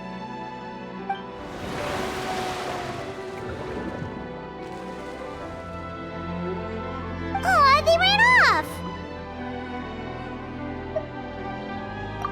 That could be easier said than done.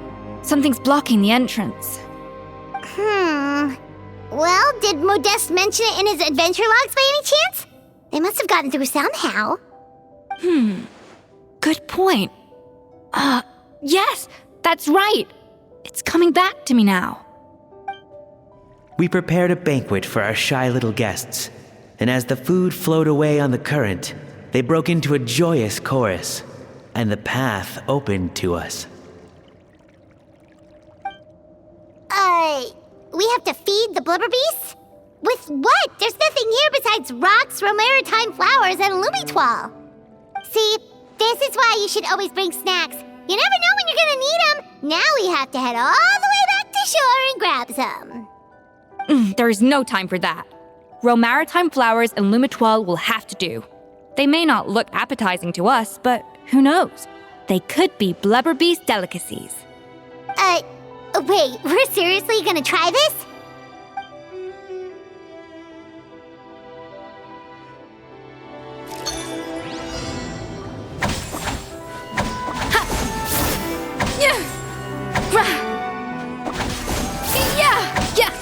Off to the freezer!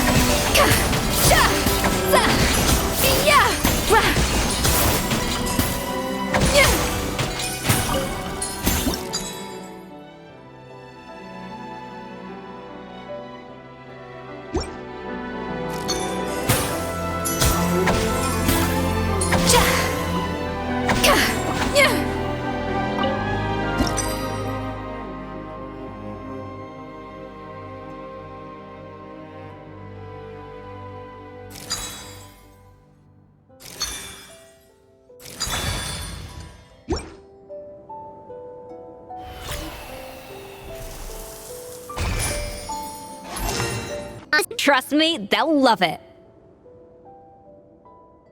Oh, good question. If we try to put them in the pool, we'll probably just scare them off again, and who knows how long they'll be gone.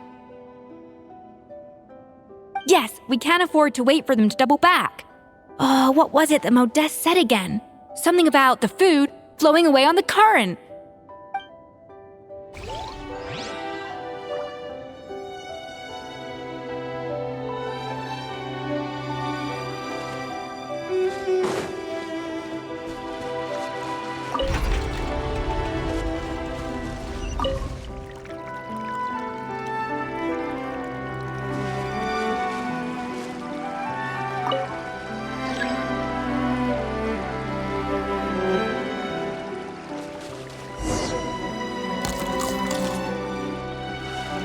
Wow, it's really singing! It must taste better than Paimon thought!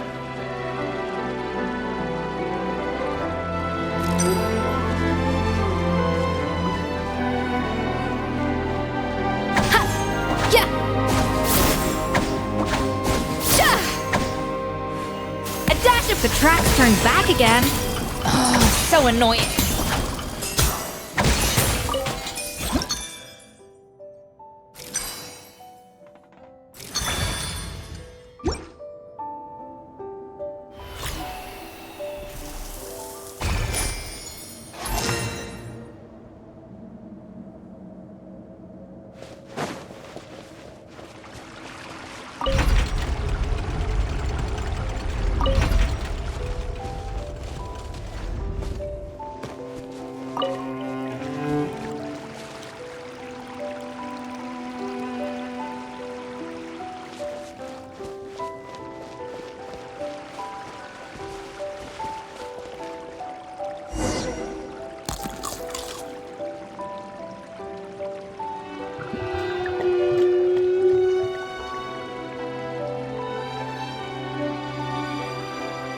Hey, it's open!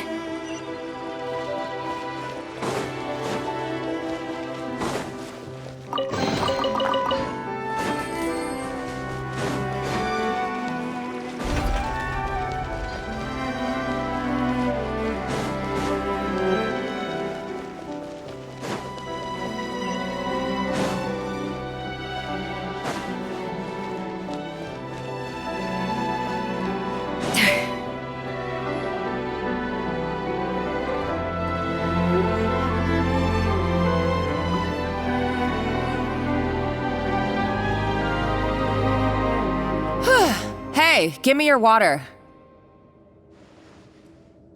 Here.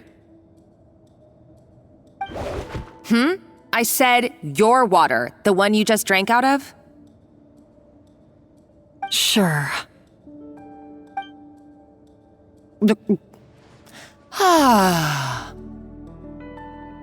All those years slaving away under Escoffier, and then you. Today, it's finally paying off. Not only have I found the ruin that Savelli kept hidden, but I also get to boss you around like my little lapdog. Hey, go scout ahead for me. If we need to do any more blast tunneling, I want to know where to lay the explosives. Did you not hear me? Get going. Why don't you do it yourself? Oh, when did you learn to fight back? You're always so compliant when I give you instructions by letter. That's because you threatened to expose me for the Lumiline incident. I swear, if I'd known what you were planning, I'd never have... Ha! Don't be so self-righteous. Admit it, you've always been jealous of Escoffier. That's why you lapped up everything I told you. You were terrified of her finding out about your part in the Lumiline incident, and you resented the way her reputation hung over you. So you jumped at the chance to convince yourself that she was the villain, that she deliberately hid her secret recipes from you just to hold you back. It was the only excuse you needed to justify getting back at her. First, idolization, then jealousy, suspicion, and self-deception. That's what this comes down to. It was the same story with Savelli and my ancestor. He offered Modeste his friendship only to murder him out of vanity. He promised to explore the world with him, only to later destroy all records of their adventures. It's a miracle I even found this place. You have no idea the countless hours I spent piecing it all together. So you see, you're no better than Savelli. If you can't beat him, betray him, right?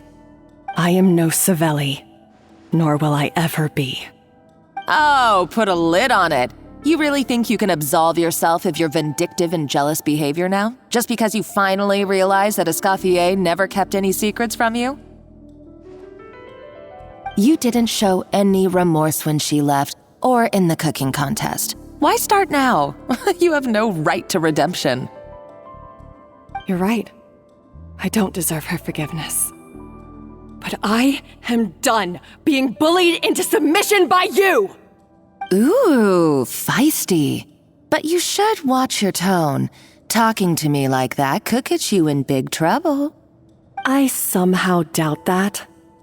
Since I poisoned both our water bottles. What? Ever since I learned the truth, I've been biding my time, waiting for this moment. You've played me like a fiddle for so long, and now this is payback! But you drank it too! It's what we both deserve. This is the price we must pay for betraying Escoffier. You'll die here with me, Monica! You.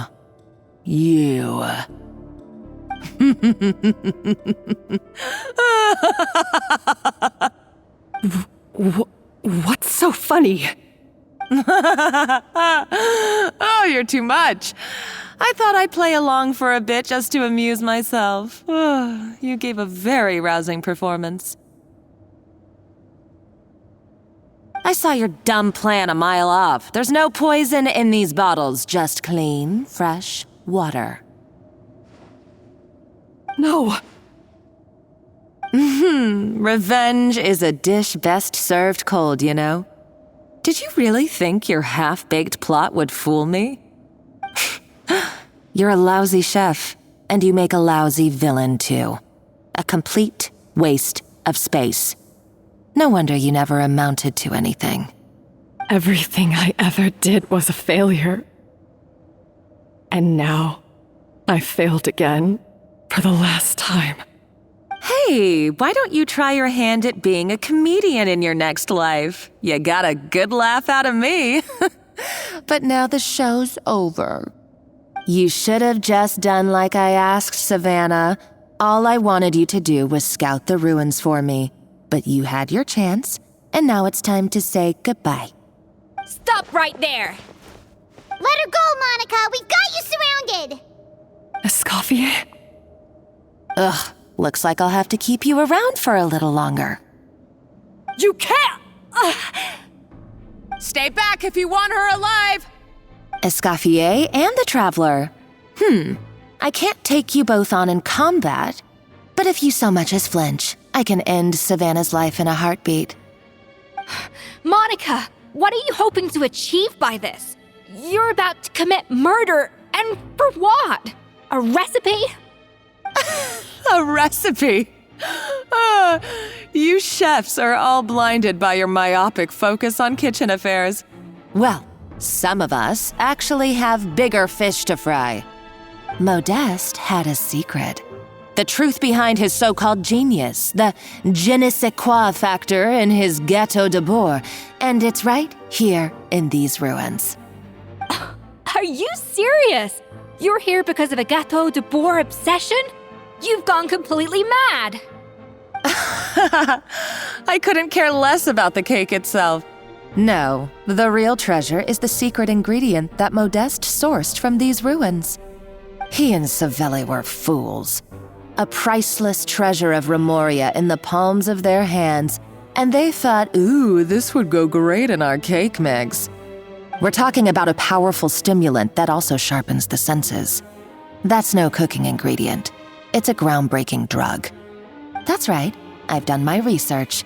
It was a drug that Remoria developed for their war machine. I could make a killing by selling it to the treasure hoarders or the Fatui. Will you listen to yourself? You're completely delusional. My eyes are wide open. Just wait till I get my hands on this treasure. You'll see what a fool you've been.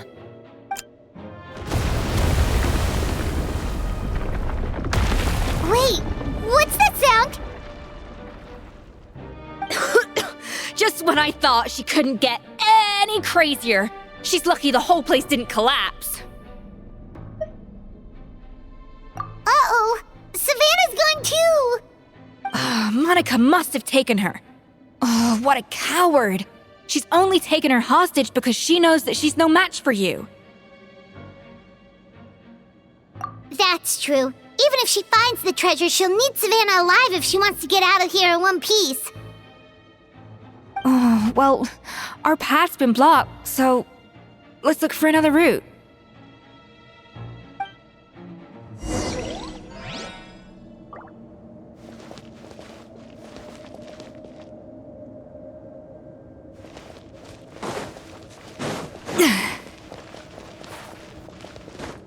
The water looks pretty deep here. Maybe it leads somewhere.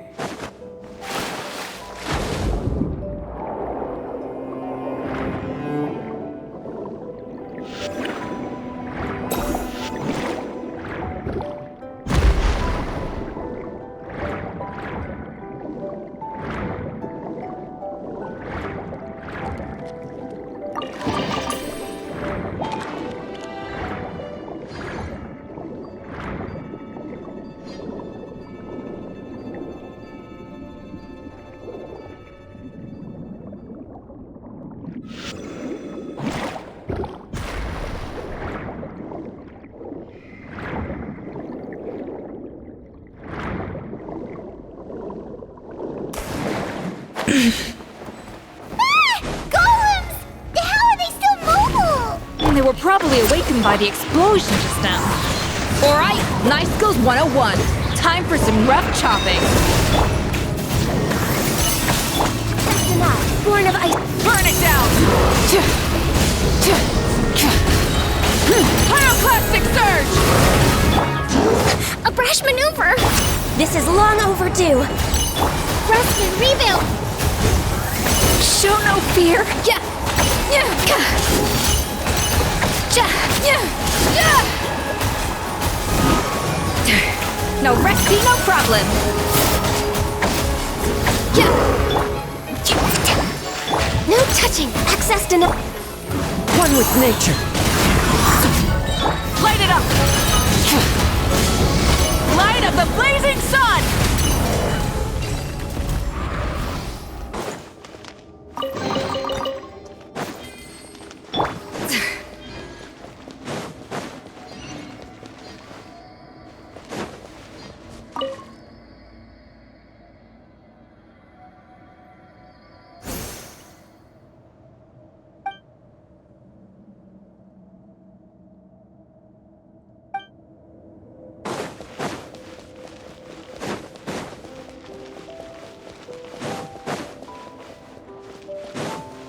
Another door?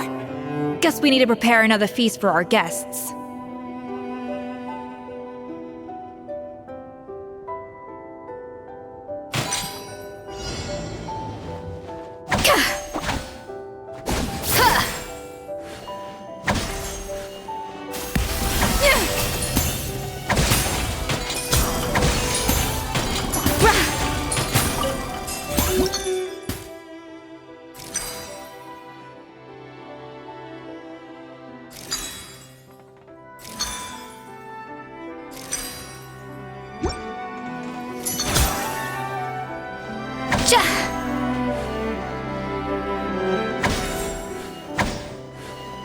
A little amuse-bouche!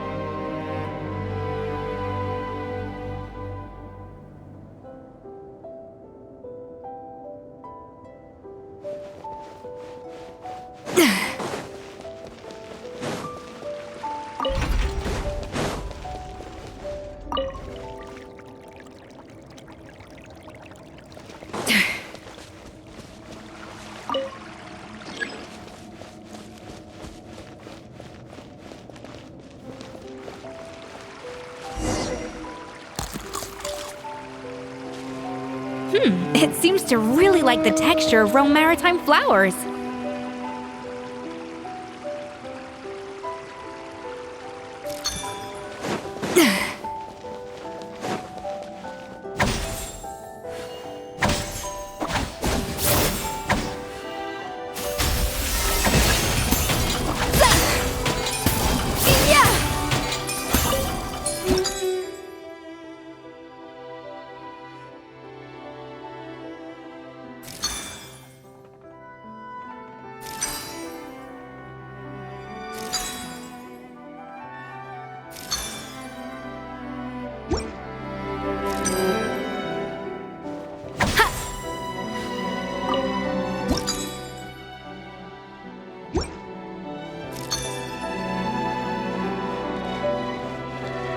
Off to the freezer!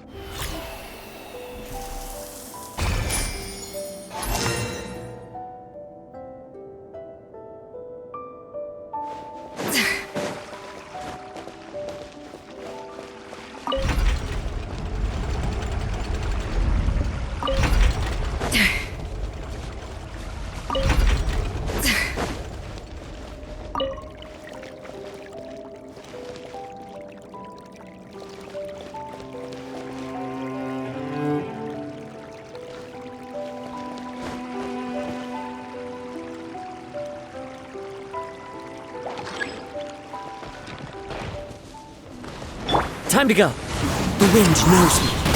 Allow me! Born of ice and frost. Accept. Fallen leaves, adorn my night! A little amuse-bouche! Yeah! Yeah!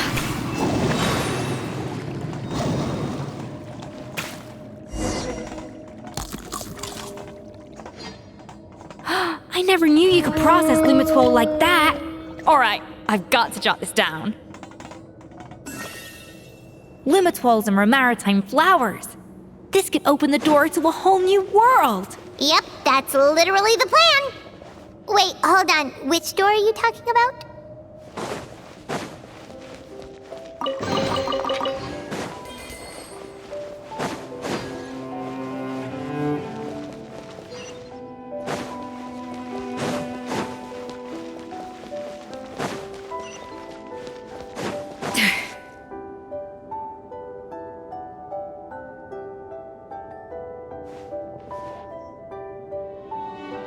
That's strange. These don't look Romorian to me. More like last century Fontaine. Adventurers from last century Fontaine, huh? Oh, Modeste and Savelli, do you think they camped here? By the looks of it, this was a one-person camp. They adventured together, but maybe one of them came back alone at a later date. Huh, you really think so? Trust our adventurers' instincts. We're pros at this stuff, just like you're a pro in the kitchen. Okay, well, the Traveler has more adventuring experience overall, but Paimon's definitely a pro rummager from all those treasure chests.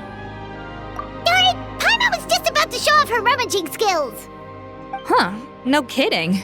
Are all adventurers so obsessed with journaling? I mean, I guess I take a lot of notes when I'm cooking as well, but I thought that was just me. Anyway, let's find out who was here. It's been years since I've last visited these ruins.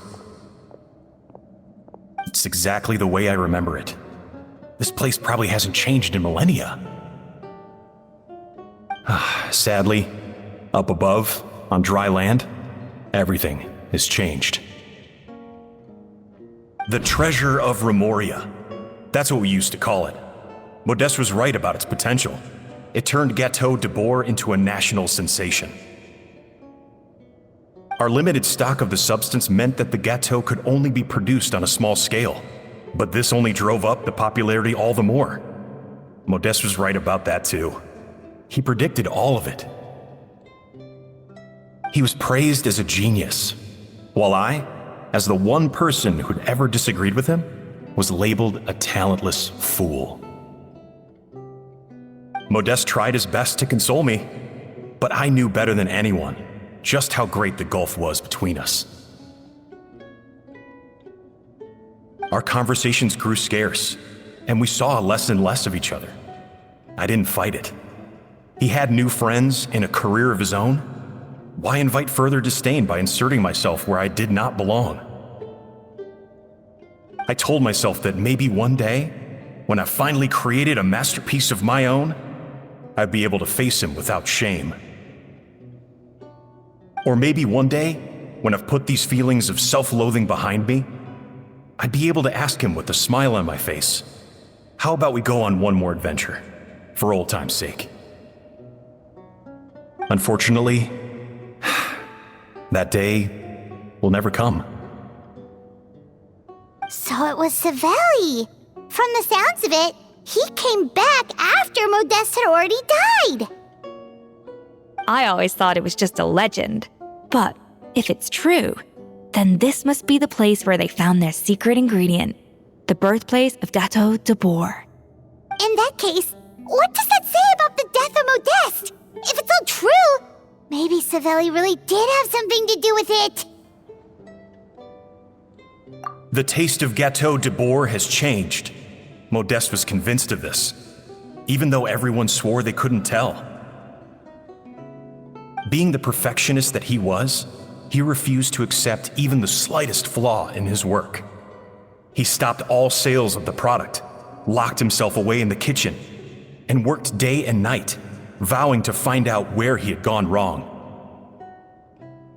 But as he baked and taste tested over and over again, he found he only strayed further and further from the original taste.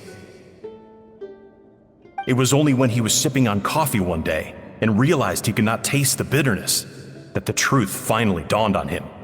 What had changed was not the gâteau, but his sense of taste. The treasure of Remoria stimulates the senses, taste included, and invigorates the spirit. In the short term, it offers people the ultimate gourmet experience, but in the long term, it dulls their senses entirely. In hindsight, it made perfect sense. After all, why would a culture that sought liberation from the constraints of their bodies care for the loss of their senses? But we realized it too late. We were just too late.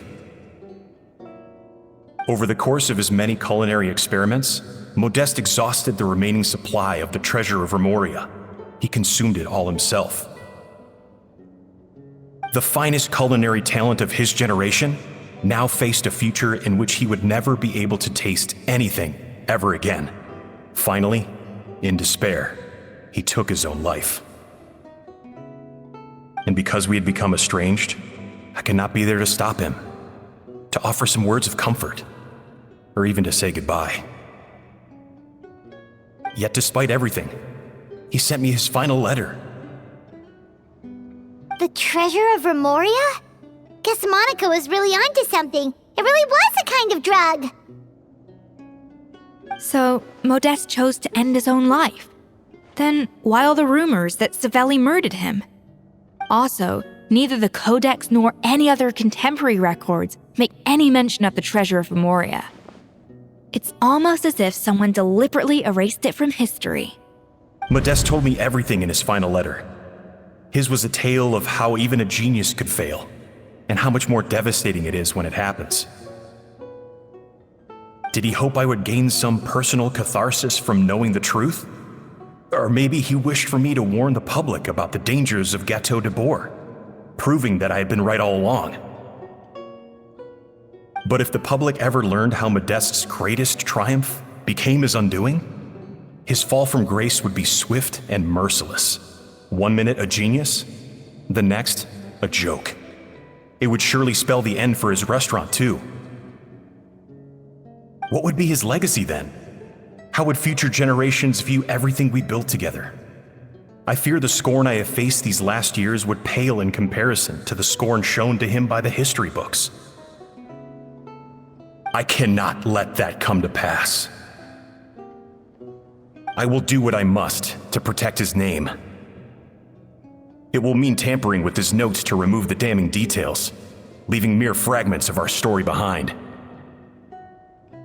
It may lead his family to suspect me of having a hand in his demise. But if that's the price of destroying all evidence of my crimes, then so be it.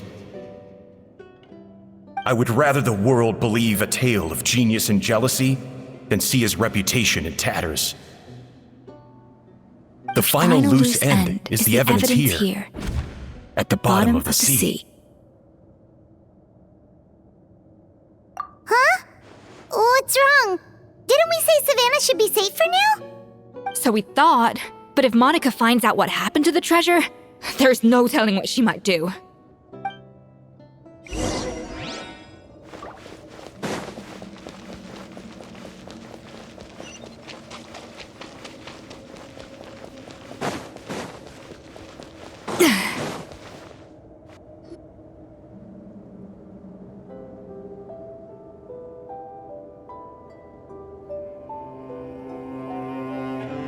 The treasure of Remoria. I have found you at last.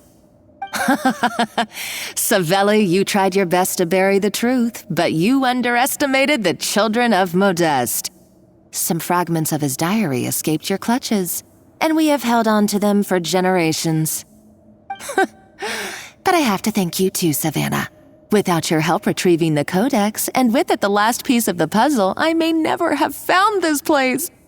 But now, finally, the secret to Remoria's military might is within my grasp.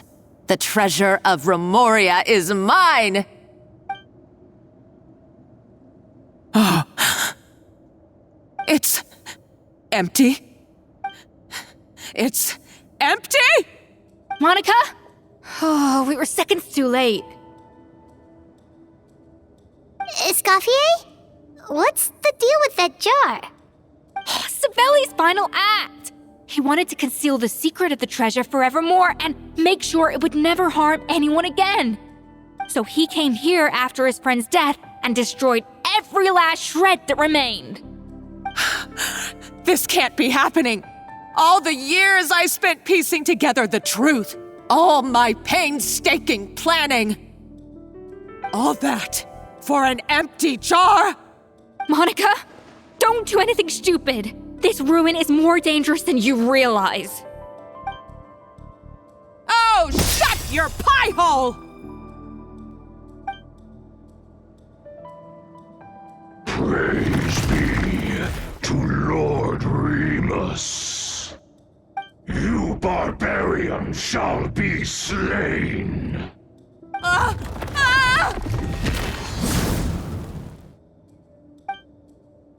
She's a nutcase! A liability to herself and everyone else! Well, now it's up to us to clean up the mess she's made. Take these golems out!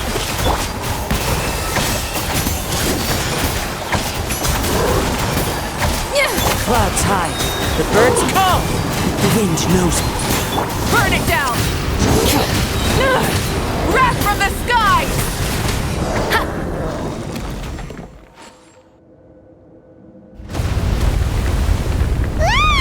Why is this place still shaking? Either way, it's all her fault. Enough chit-chat. Let's get out of here, Traveler Escoffier, come on! Okay, I'm coming. Oh, no you don't. If I can't get what I want, neither will any of you.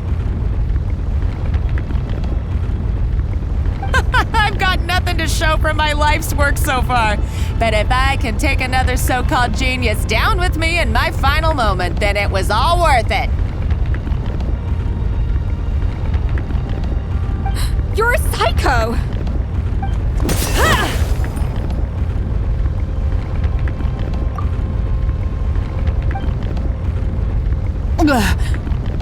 Savannah? Oh, when did you wake up?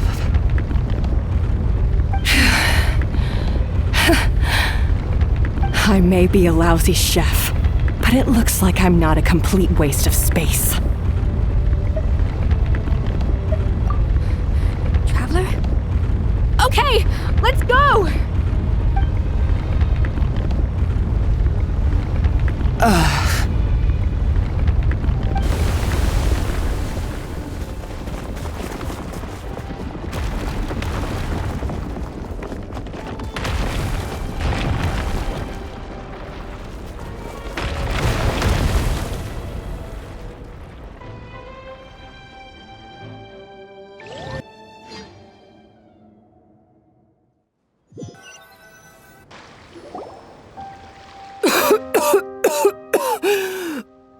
Escoffier! Savannah! Traveler! And Paimon! Venegem, what are you all doing here? What did you expect us to do? Stay at the restaurant and sit on our merry derrieres? While the Traveler and Escoffier were out here risking their lives? We had to do something. Even though that something ended up being, well, waiting for you here instead. I don't deserve any of you. And I certainly don't deserve to be your head chef. It was my fault Escoffier had to leave. Then I couldn't live up to her standards. I acted like a tyrant in the kitchen. And now I almost got myself killed. Come back, Escoffier. Come and be our head chef again. I'll never be able to replace you. Okay, so everything I said to you the day I left, it just went in one ear and out the other? Huh? Sorry, I was kinda in my own head at the time. All I could think about was the Lumiline situation. What was it you said again? Forget it. It doesn't matter. Anyway, I didn't leave this job because of you. And you're not nearly as awful a chef as you think. If you were that bad, why would all your staff show up here for you? Escoffier's right. Sure, you nitpick our work and get us to do things over a lot. But when it comes down to it, you're the one who's always doing whatever it takes to make sure the customers get served on time, every time. Things were pretty rough after Escoffier left, and Savannah's the only reason we've been able to make it through. Our customers know that Escoffier doesn't work for us anymore. But the fact is, they keep coming back. If that's not an endorsement of your work, I don't know what is. At the end of the day, we're all human, and we all make mistakes. All we can do is recognize where we get it wrong and do our best to improve. That's all that's humanly possible. No, I get what you're saying, but what I did to Fermont and to Escoffier, it's unforgivable. Well, about that, there's someone else here to see you, Chef. It's been a while, Chef Savannah. Fermont? I'm so sorry. I put far too much pressure on you. And the way I stubbornly refused to go and see you after you fell ill. There's no excuse. But I'm too late, aren't I? The damage is done. I heard that you can't even hold a kitchen knife anymore. Actually, I think I'm going to be just fine. Huh? We thought Firmin's problem was purely psychological in nature. But after the threat letter came to light, it got Firmin thinking. And then he remembered the tea that Monica used to give him every night. And as it turns out, she was lacing it with Lumiline the whole time. No way! Doesn't that cause nerve damage? It can. High doses pose a risk of serious nervous and sensory complications. But if you calculate the dosage carefully, you can control the extent of its effects. A small dose might simply make a person more emotional, whether that means more fragile or more hot-tempered. No wonder it seemed like you'd lost your edge. I asked my friends at the Fontaine Research Institute about it. They said that with the low dose I was taking, the risks are pretty small. They also fixed me up with some meds and said I should recover in no time. Well, that's what happens when you give someone a little bit of hope to cling on to. There's more. We believe that Firmin was likely not Monica's only victim. You mean she poisoned me too? Oh, so that's why Savannah's been so irritable this whole time. Let's not be too quick to blame everything on the Lumiline. That stuff can only amplify what's already there. So tasty food will seem like the most delicious thing in the world. while food you don't particularly care for will become utterly revolting. So you better make sure you reflect on your behavior and apologize to every single person you've wronged. I will. I'm sorry. There's still one question that's really bugging me. Why is it that no matter what I do, my Gâteau de Bourg never tastes the same as yours? Is it just...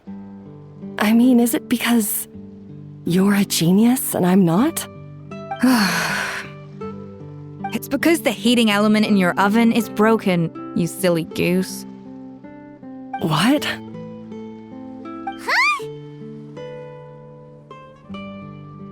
I felt like something was off during the cooking contest. Once I got around to checking all the equipment, I noticed it right away. There was a half-degree discrepancy between the temperature setting and the actual temperature. All the ovens in the whole kitchen had the same problem, which confused me at the time, but by this point, it's pretty obvious that Monica must have tampered with them. I would have figured it out the day of the bake-off, since the issue affected both our teams. But of course, Monica sabotaged mine so that could never happen. No. I spent so long trying to find out where I was going wrong, and then you pinpoint the problem in just one night? It all comes back to one simple, undeniable truth. You're a genius, and I'm just plain old Savannah. Oh, cut it out! Stop the woe is me act for a second and just think. I came up with this recipe. You don't think that might have something to do with it? Do you know how long I spent perfecting my Gâteau de Bourg? 3 years! 3 whole years! I know this dish inside out, back to front and upside down.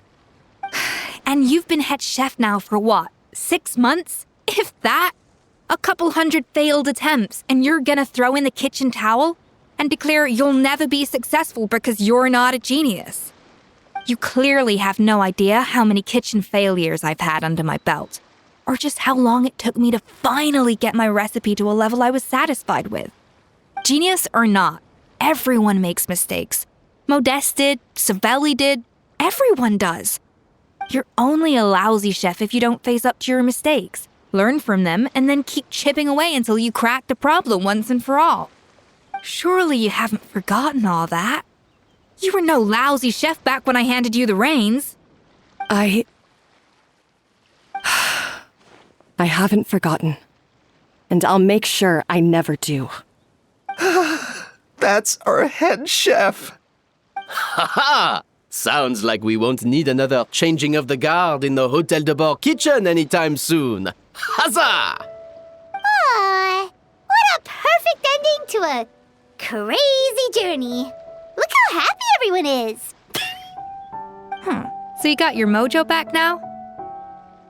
Yeah. Thanks to you, Escoffier. In fact, no. Thanks to all of you. Aw, friends again. So nice to see them finally settle their beef. Good. So now that's out of the way. It's time for payback. You cheated in our last bake-off, and I demand a rematch right now.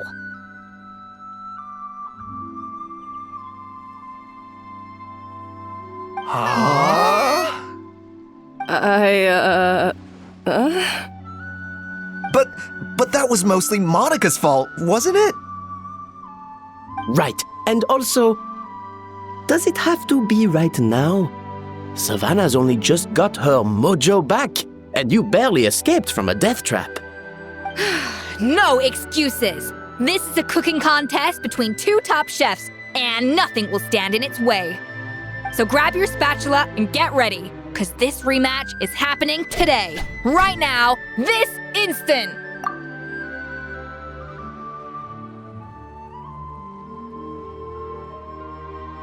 Hey, so, this whole time you were salty about losing? The second cooking contest commences now! This time, no more games, and no holding back!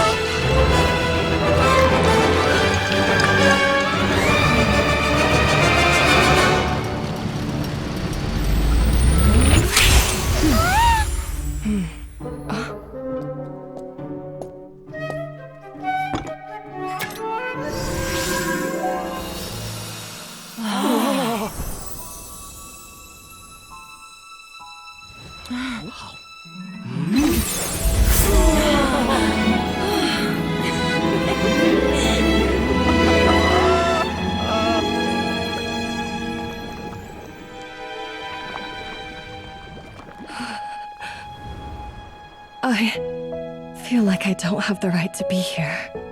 Hey, what are you so afraid of? You can't unbake it now. And if you don't serve it, then good or bad, you'll never find out how to improve. If you're too scared to fail, you'll never know what real success tastes like. So? Embrace your failure. Taste it. Digest it. That's the way to success. I don't know. Sounds like it's easier said than done. I'll do it.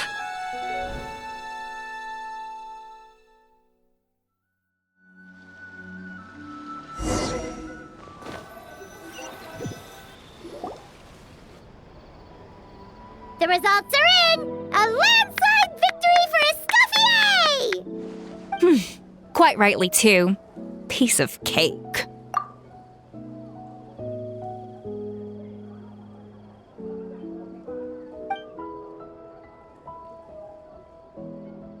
Oh yeah, look at that! Savannah looks pretty chipper too, considering she lost.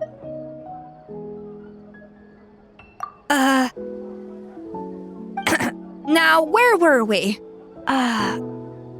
Yes. Do you have any more questions for me after everything that's happened?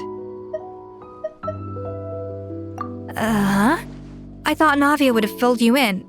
And actually, I said all this to Savannah before I left. Although, as we saw, I don't think any of it sank in. I had 2 reasons for leaving. One was the food safety incident, of course. But the other was that the Hotel de Boer had reached a point where it didn't need me anymore. So I decided to step down and look for new opportunities to improve myself. Improve how? Well, a while back, I got to know a fellow chef from Liyue, and in her, I saw so many new possibilities. She has that same adventurous spirit that Modeste and Sibeli had in their youth. Slime mucus, lizard tails. With her, nothing's off the table. There's a whole world of new flavors out there waiting to be explored, hiding away in ingredients we overlook.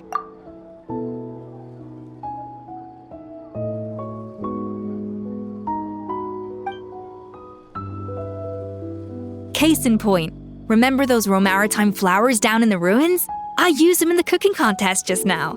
Did you taste the difference? What? Paimon didn't notice at all! Half of the art of cooking is dissecting the recipes of previous chefs and figuring out the exact constellation of elements that gave their work its signature taste.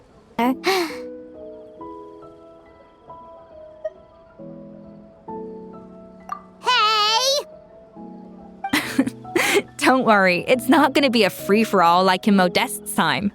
Before I put anything into my food, I'll obviously do my research, make sure it doesn't contain any harmful substances. In the meantime, take this. It's a recipe for Petit Gâteau de Boer revised version. I tweaked it to suit your needs as busy adventurers. Hope you enjoy, and remember, feedback is always welcome. All right! So, do you ever see yourself returning to Hotel de Boer? Oh, of course. I've already promised Vanishem that I'll come back every once in a while to make sure the quality of the food remains at an acceptable level. You know, Paimon's still a little disappointed that we never got to see the treasure of Remoria. Surely Monica wouldn't have gotten drawn in so deeply if it wasn't for all the mystery surrounding the original Gâteau de Boer.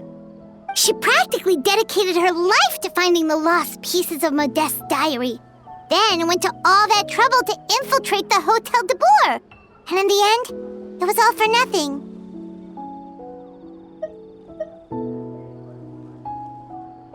Since you mentioned the treasure, between Modeste's writings and what we saw in those ruins, I think I may have figured out the truth. The so-called treasure of Remoria was most likely a substance that the Remorians extracted from Lumitoiles, better known to us as Lumiline. Huh? So then, why all the hype back in the early days of Gâteau de Boer? Don't forget, it was a very different era. We could barely even refine sugar back then, so desserts were very much in their infancy. In a world of bland food, it's no wonder that the first thing to really excite people's taste buds took the world by storm. And as for the Lumiline, it may well have been somewhat valuable in ancient times. But these days, it's just another drug from the Fontaine Research Institute. Even if Savelli hadn't destroyed it all, I doubt it would be worth that much these days.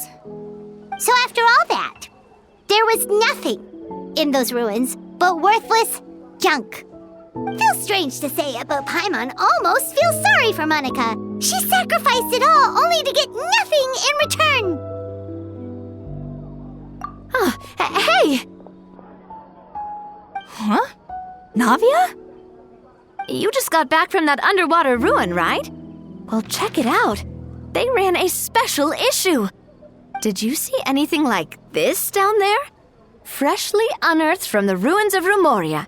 A magnificent jar thought to be over 1,000 years old. Experts say it has immense artistic and historical value. It could be worth an absolute fortune. Wait, isn't that the jar they used to hold the treasure? If only it was still in one piece. Some butterfingers must have dropped it or something. Ugh, it's such a shame.